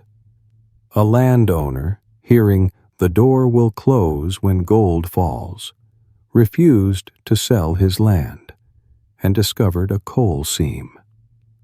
Her prophecies were not commands. They were mirrors reflecting each soul's hopes and fears. But those mirrors were not always revered. In 1860, as the shadow of civil war crept across Virginia, a group of strangers from Richmond, clad in black, their eyes cold, arrived at the House of Prophecy. They did not come to seek counsel. They sought to control her gift. They wanted Nora to speak their words, to guide soldiers, to win their war. Nora, seated on her wooden chair, looked at them, not in fear, but with heavy heart. Could she preserve the purity of the earth's voice, or would that power be warped and wielded as a weapon in a world tearing itself apart? Along the red dirt road of Staunton, Virginia, in 1861, shadows of men in black coats stretched long across the ground like sharpened blades ready to sever fate. They called themselves the Midnight League, hailing from Richmond. They brought no questions of harvest or health, but war maps and cold intent. Civil war had torn Virginia in two. These men sought to make Nora Clay's prophecies, those sacred utterances from the House of Prophecy, a banner to guide the Confederacy through fire and blood. Nora, her black hair flecked with silver, her hands once weaving cloth now gripping a bundle of scorched herbs, stood before them. In her worn white linen, shoulders frayed, her eyes deep as the James River's bed. Not to kneel, but to guard an ancient secret. The House of Prophecy, a small wooden dwelling nestled in the Shenandoah Valley, was more than a sanctuary of foresight. It was Staunton's beacon, shaping every choice from commerce to conflict by Nora's riddles. Folks from Harrisonburg's carpenters to Norfolk's traders believed her words, like a tether between earth and sky, could pierce the veil of tomorrow. But Nora, with a mind as keen as a Roanoke blacksmith's blade, knew her power did not lie in clarity. She spoke in enigmas, like smoke curling over water, guiding seekers to find their own path. A farmer in Lynchburg, asking of his fields, heard, "The meadow will bloom when the hawk's shadow stills." He kept his land, and his crops fed his family. A wife in Winchester, fearing for her soldier husband, was told, "The arrow shall fall when the evening star rises." She prayed, and he returned alive. Her prophecies were not commands.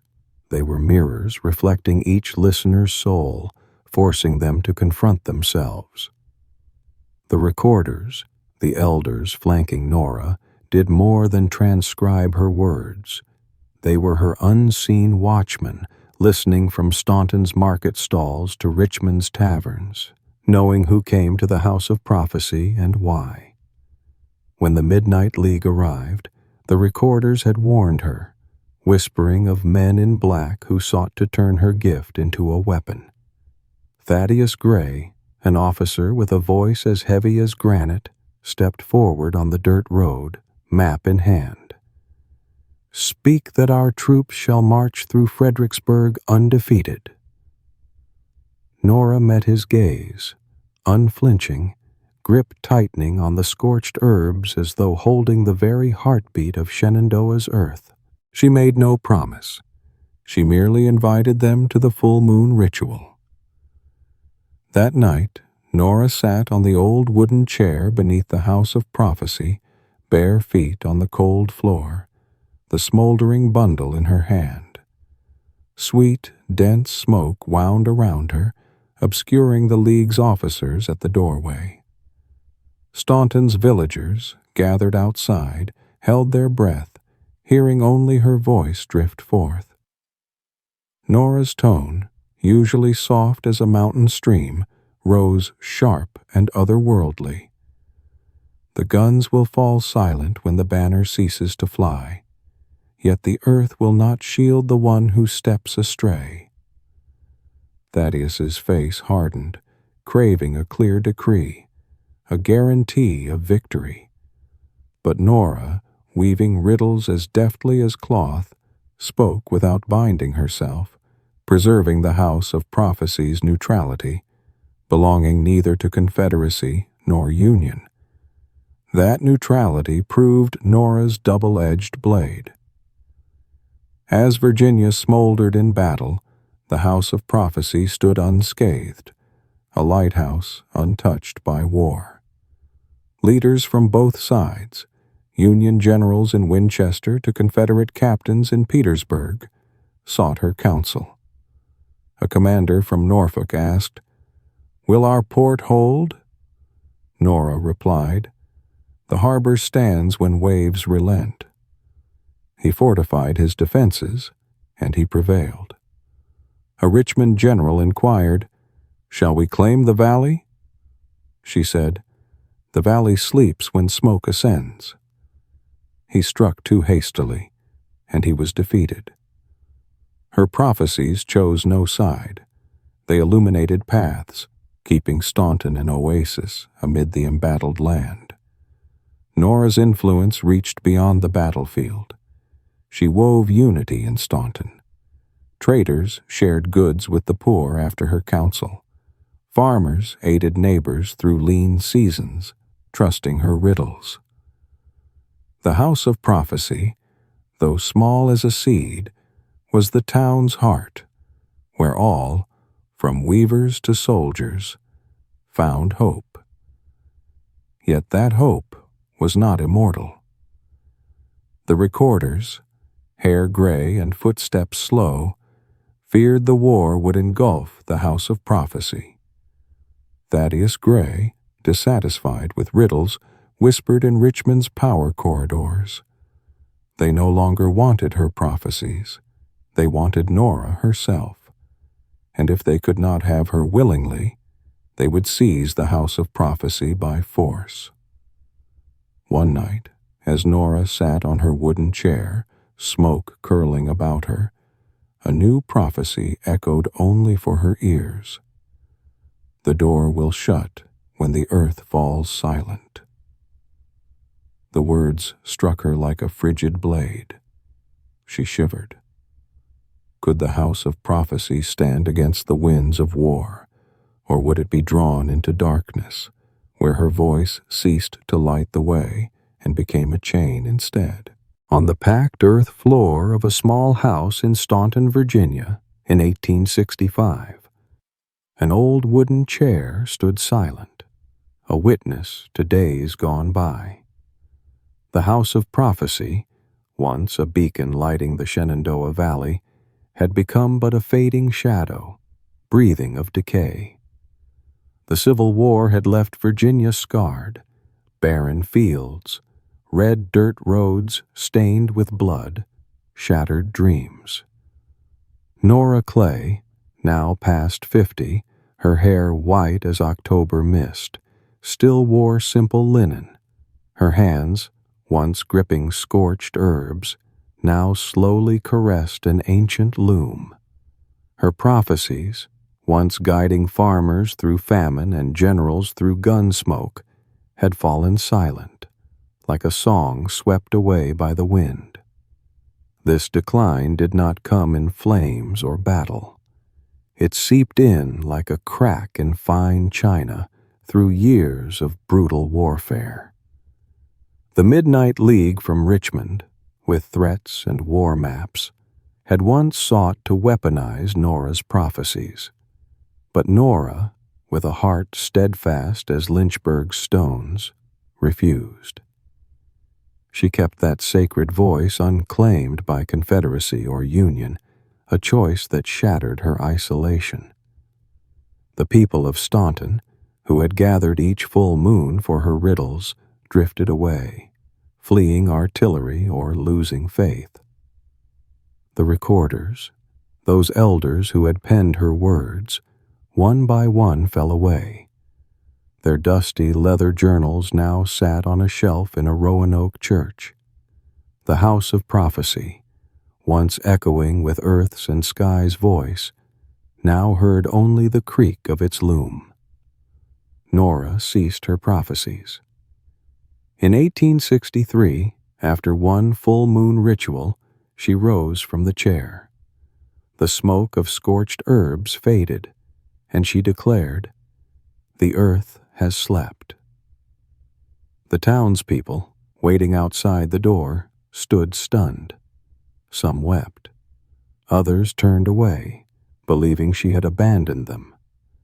Yet Nora, with eyes deep as the Potomac's currents, returned to her loom, weaving cloth as in her youth.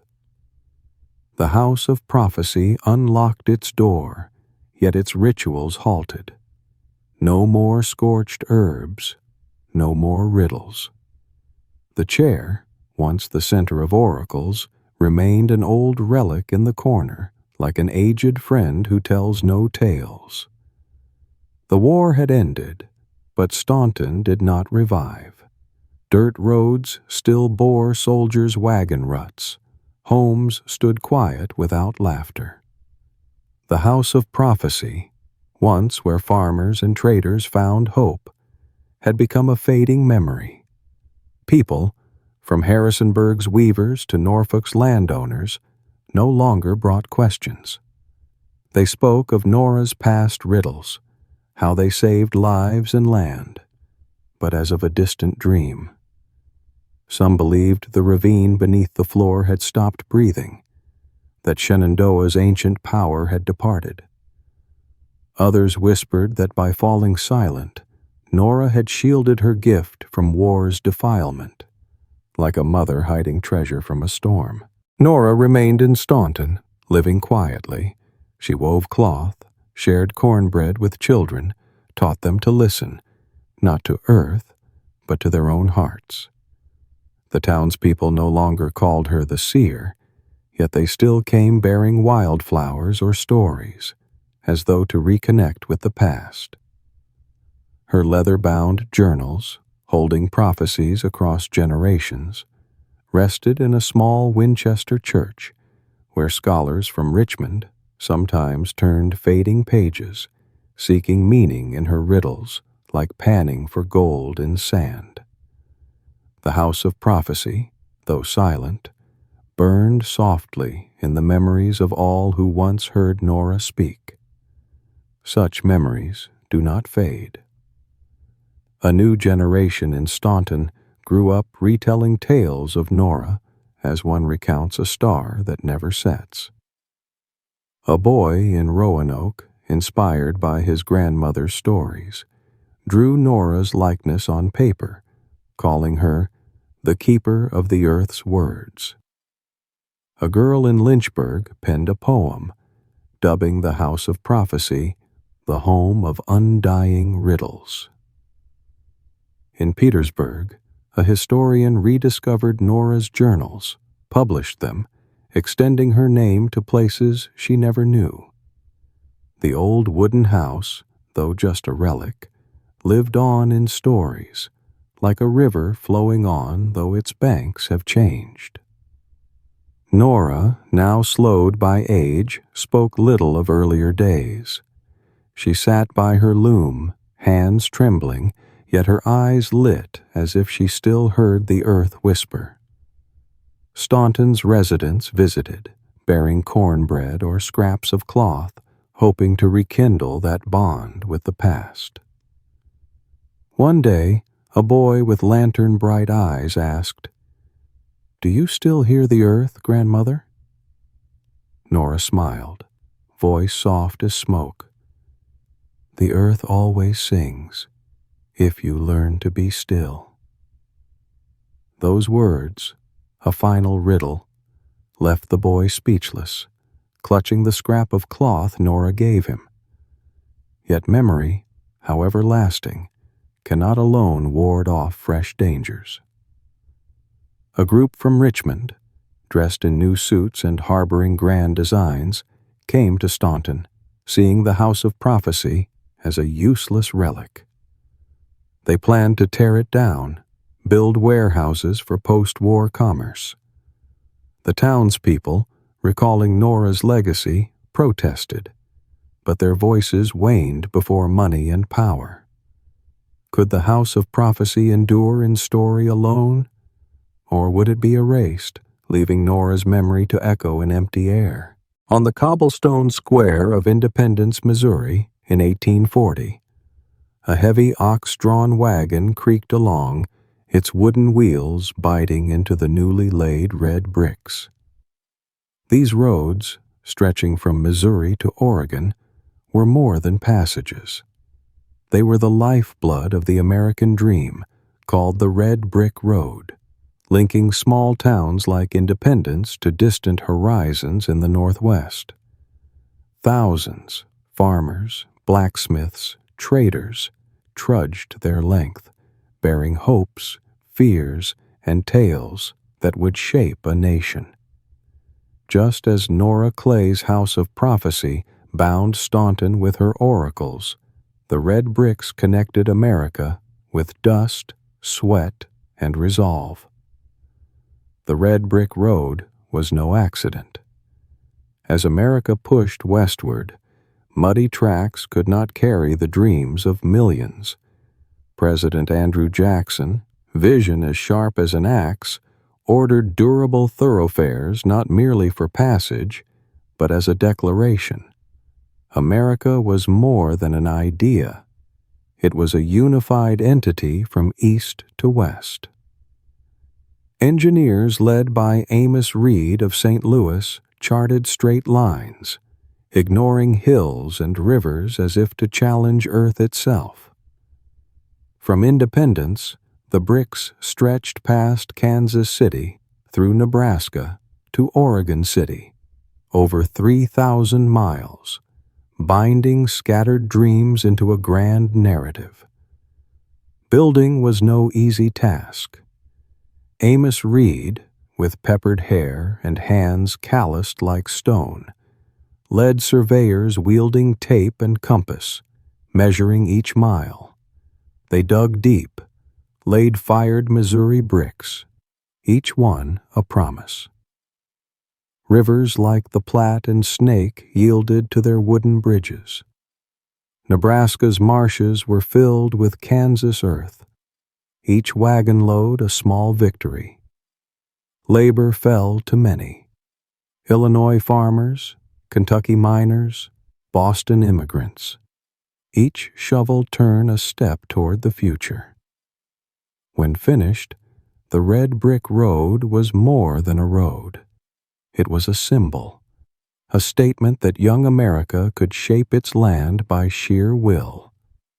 These roads carried more than wagons. They carried life. Traders from St. Louis rolled barrels of whiskey, yards of cloth, and knives westward in exchange for furs in Oregon. Families from Ohio, with patched quilts and dreams of new land, slogged through Nebraska, their wheels sinking into red dust. Riders galloped like the wind, delivering mail from Independence to Sacramento in weeks instead of months. Every mile marked by stone milestones etched with town names, Liberty, Kearney, Laramie, reminded travelers that each step led to something greater. All roads lead to Oregon, they said.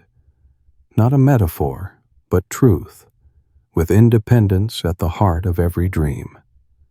The Red Brick Road did more than connect. It shaped.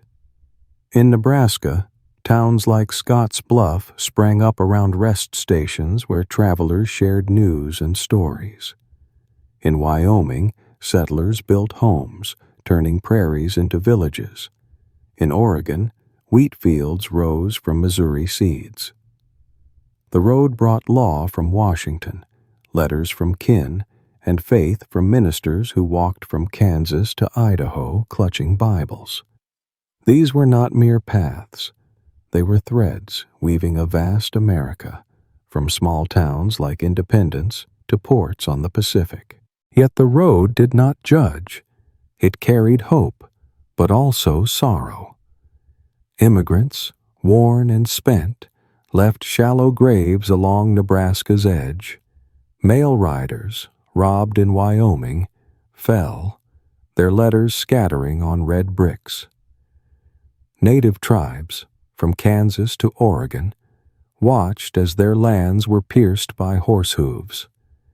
The road, though steadfast, offered no promise of safety, only opportunity, a double-edged blade delivering both life and loss. Amos Reed, who drew the red brick road, did not live to see its completion.